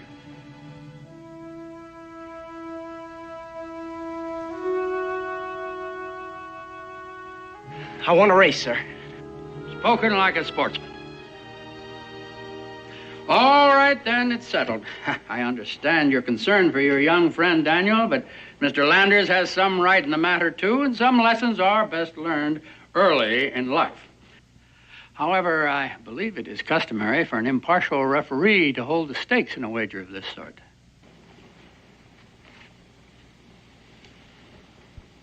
You do intend to cover, do you not, Mr. Landers? Indeed I do, Squire. And at 5 to 1. Just a minute, Squire. As long as we have to have this race, it seems to me that odds of 5 to 1 against an inexperienced rider and an untrained horse are rather unfair. Valid point, Mr. Boone. I think 8 to 1 would be proper in the circumstances. Don't you agree, Mr. Landers? The race will be run on the meadow on my property. Any objections, Mr. Landers? Not from me, sir. Will 9 o'clock in the morning be acceptable to both parties? Suits me fine. Yes, sir. Then it is settled. Grateful for your interest, Squire.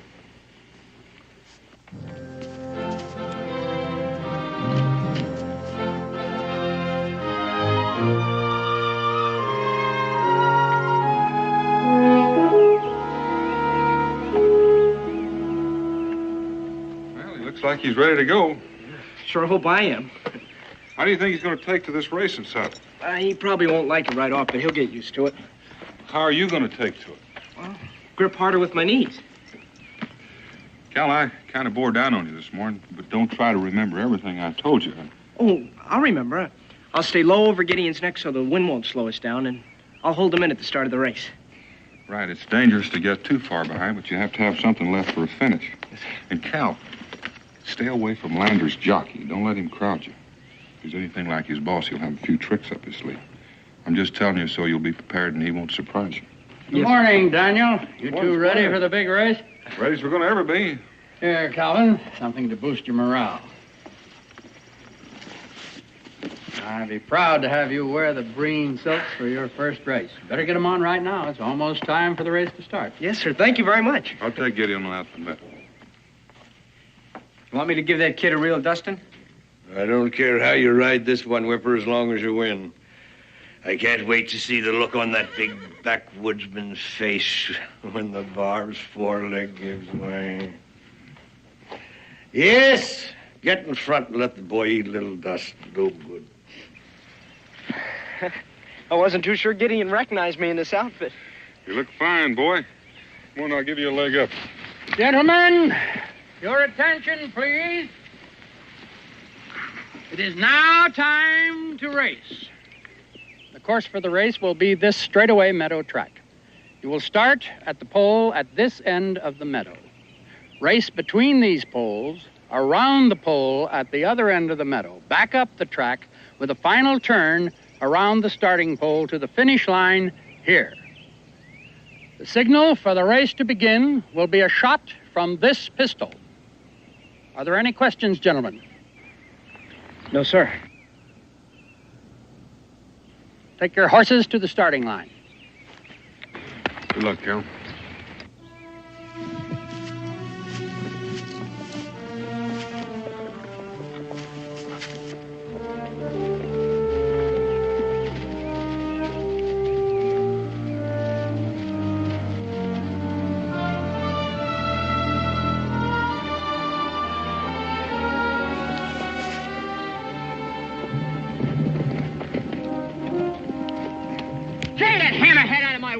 Keep that whip to yourself, will you? Gideon's never been touched. It's about time he learned a few things, kid. It's about time you learned a few things, too.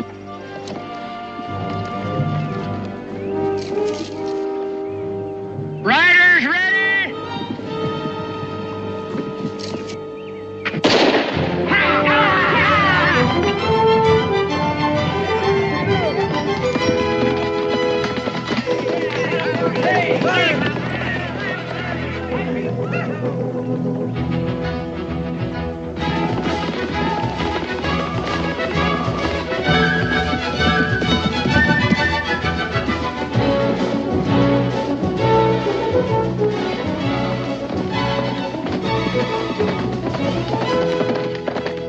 Good teacher, Daniel. That boy can ride. Now it's up to the horse.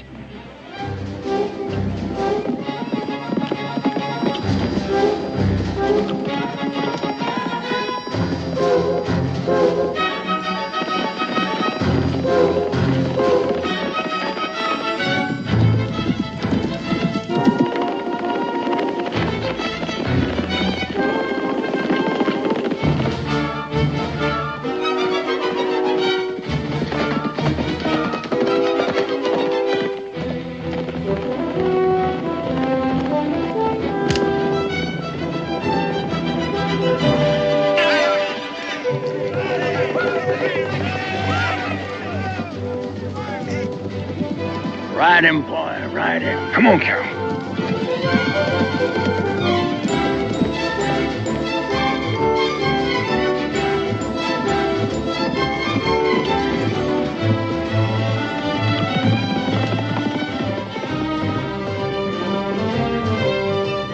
Come on, Cal.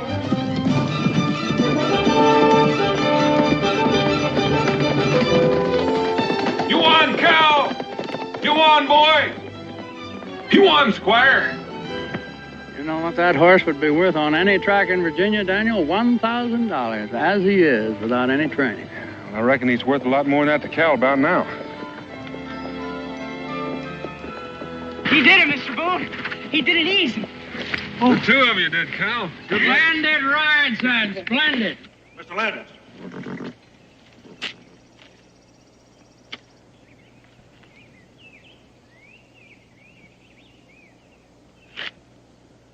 Gentlemen, let me have your attention, please.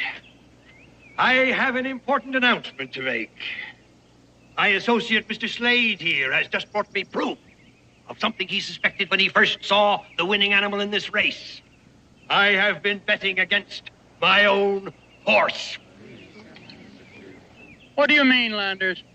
I mean the Spanish Barb actually belongs to me. Under the circumstances, I declare this race a no contest, and I demand that all the wagers be returned at once. That's what he's been up to all along. He's been after Gideon right from the start. This is highly irregular, Landers. But, Squire, I have the proof right here. Whatever that is, you cannot declare no contest on your own. That's a matter for the Turf Club Committee. Yes, Squire, but let them get at it quickly, please. The horse really belongs to me.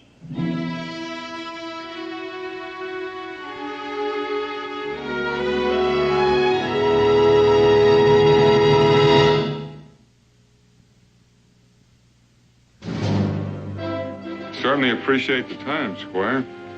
This may not be as simple as it seems on the surface. That's exactly why we organized the club, Daniel. We volunteer our time to settle any disputes as fairly and amicably as possible. You can't ask for more than that.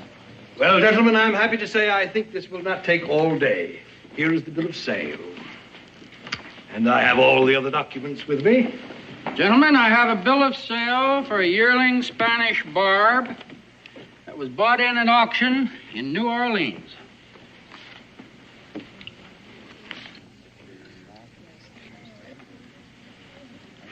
Description and date match.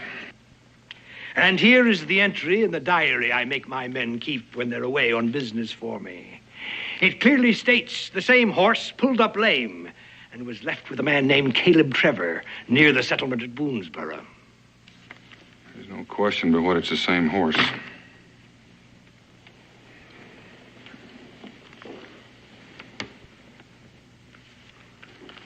Thank you. Now that's settled, we'll take possession of the horse. Hold on a minute, Landers.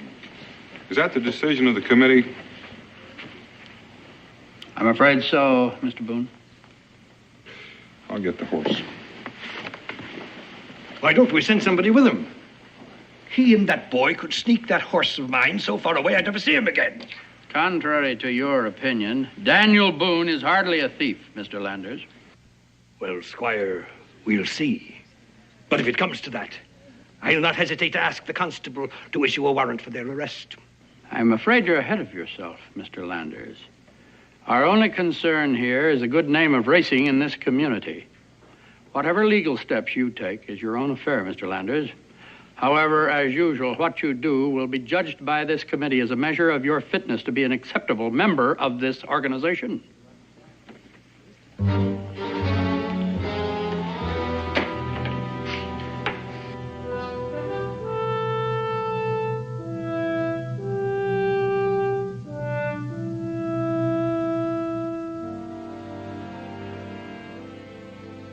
I knew you'd outrun that horse, Gideon. Pa was right. And now that I want to take you away from me.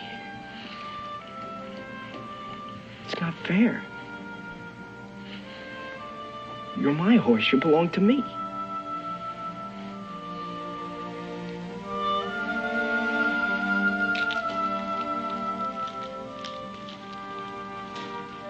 You know, we don't have to race anymore. We don't need racing or towns or any of this.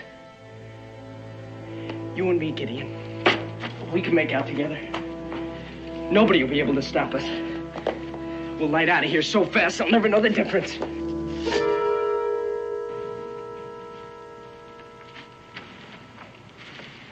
I never figured you'd run from trouble. I'm not going to let them have Gideon. Cal, you were called upon to become a man real early in life. You've done a real good job up to now. I don't care what that Mr. Landers says. Gideon doesn't belong to him. When those drovers left him with Pa and me, they gave up claim to him. And now that he's sound again, it's just not fair.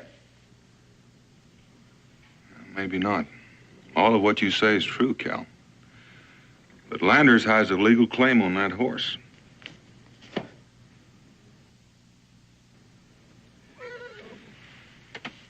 Cal, we've all got to respect and abide by rules, whether we personally like them or not. Otherwise, we're outside the law. And when you're outside the law, you can't expect its protection. So if you take Gideon, the law will be obliged to come after you. Mr. Boone, I just can't give him up. My pa said for me to hold on to him. I knew your pa, Cal. I'm sure he said a lot of things that might help at a time like this.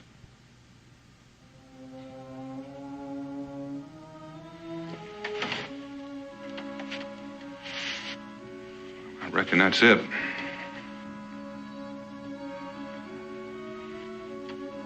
I'm sorry you feel that way, Cal. Mr. Boone?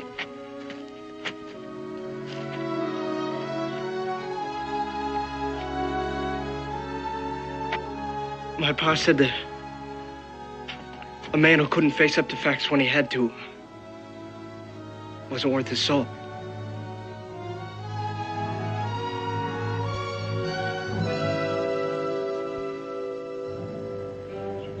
Mr. Landers? They're coming. Boone and the boy.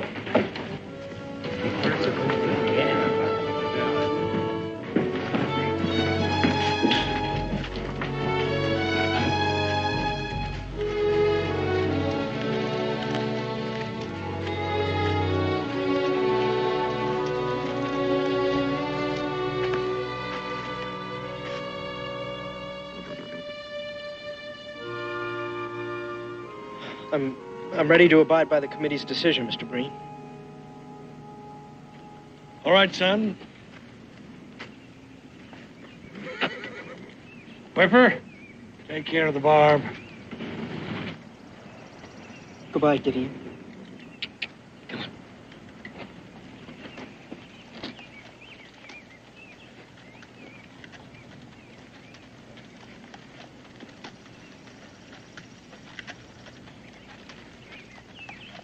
Well, now that that's settled, gentlemen, I'd like to buy you all a drink. There's one thing that's not settled yet, Mr. Landers. The wager. That's ridiculous. It was a no contest. Well, now, the way I see it, it was a wager that one horse would beat another. Ownership has got nothing to do with it. Gentlemen, the decision of the committee is unanimous. In the interest of sportsmanship and fair play, we hold that the race today was a valid contest. And the wagers staked shall now be the property of Master Calvin Trevor. Squire Breen. You still got the horse at a bargain, Mr. Landers. Of course, if you would be interested in selling... Just 1 minute, Squire. There's still a small matter of paying this boy for taking care of his horse these past 14 months. A valid point, Mr. Landers. All right. At 85 cents a week, $50 ought to take care of it. That may be the going rate in Williamsburg, but it's different in Kentucky. Just a minute.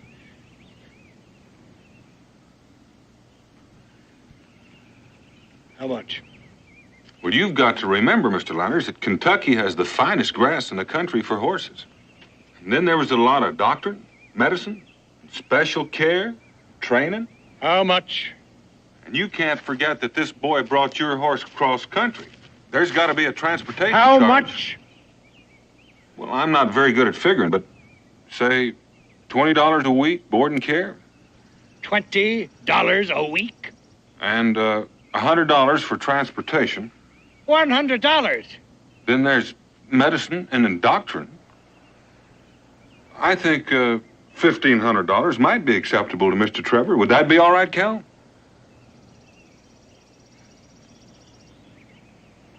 Are you going to stand there and sanction this highway robbery? Well, your drovers never made an agreement with Mr. Trevor, I understand. Therefore, it seems perfectly proper for Mr. Trevor to present his bill for services rendered. For $1,500? What? It's more than the horse is worth. There might be a way of settling this, Mr. Landers. If you were to give Cal here a bill of sale to that horse, he might call the whole thing square. Sounds like a sensible solution. That is, if it is acceptable to Mr. Trevor. Boy, it sure is.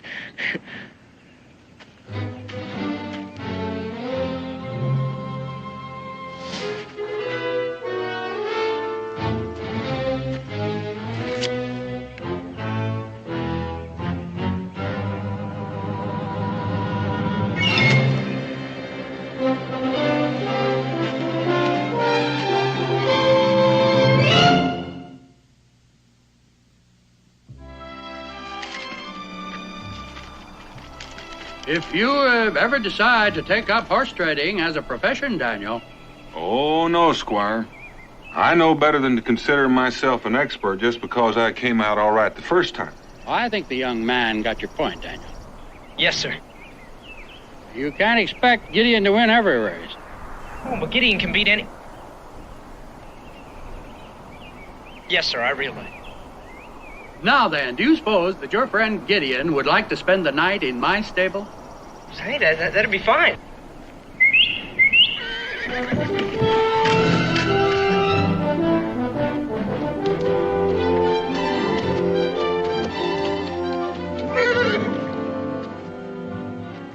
Well, I'd be honored to have the two of you spend the night with me, too. We could talk about getting Calvin to Baltimore over supper. I might even take him over myself. Well, now, Squire, you wouldn't have in mind Gideon taking on some of those high steppers in the city, would you? I might. I just might. Look.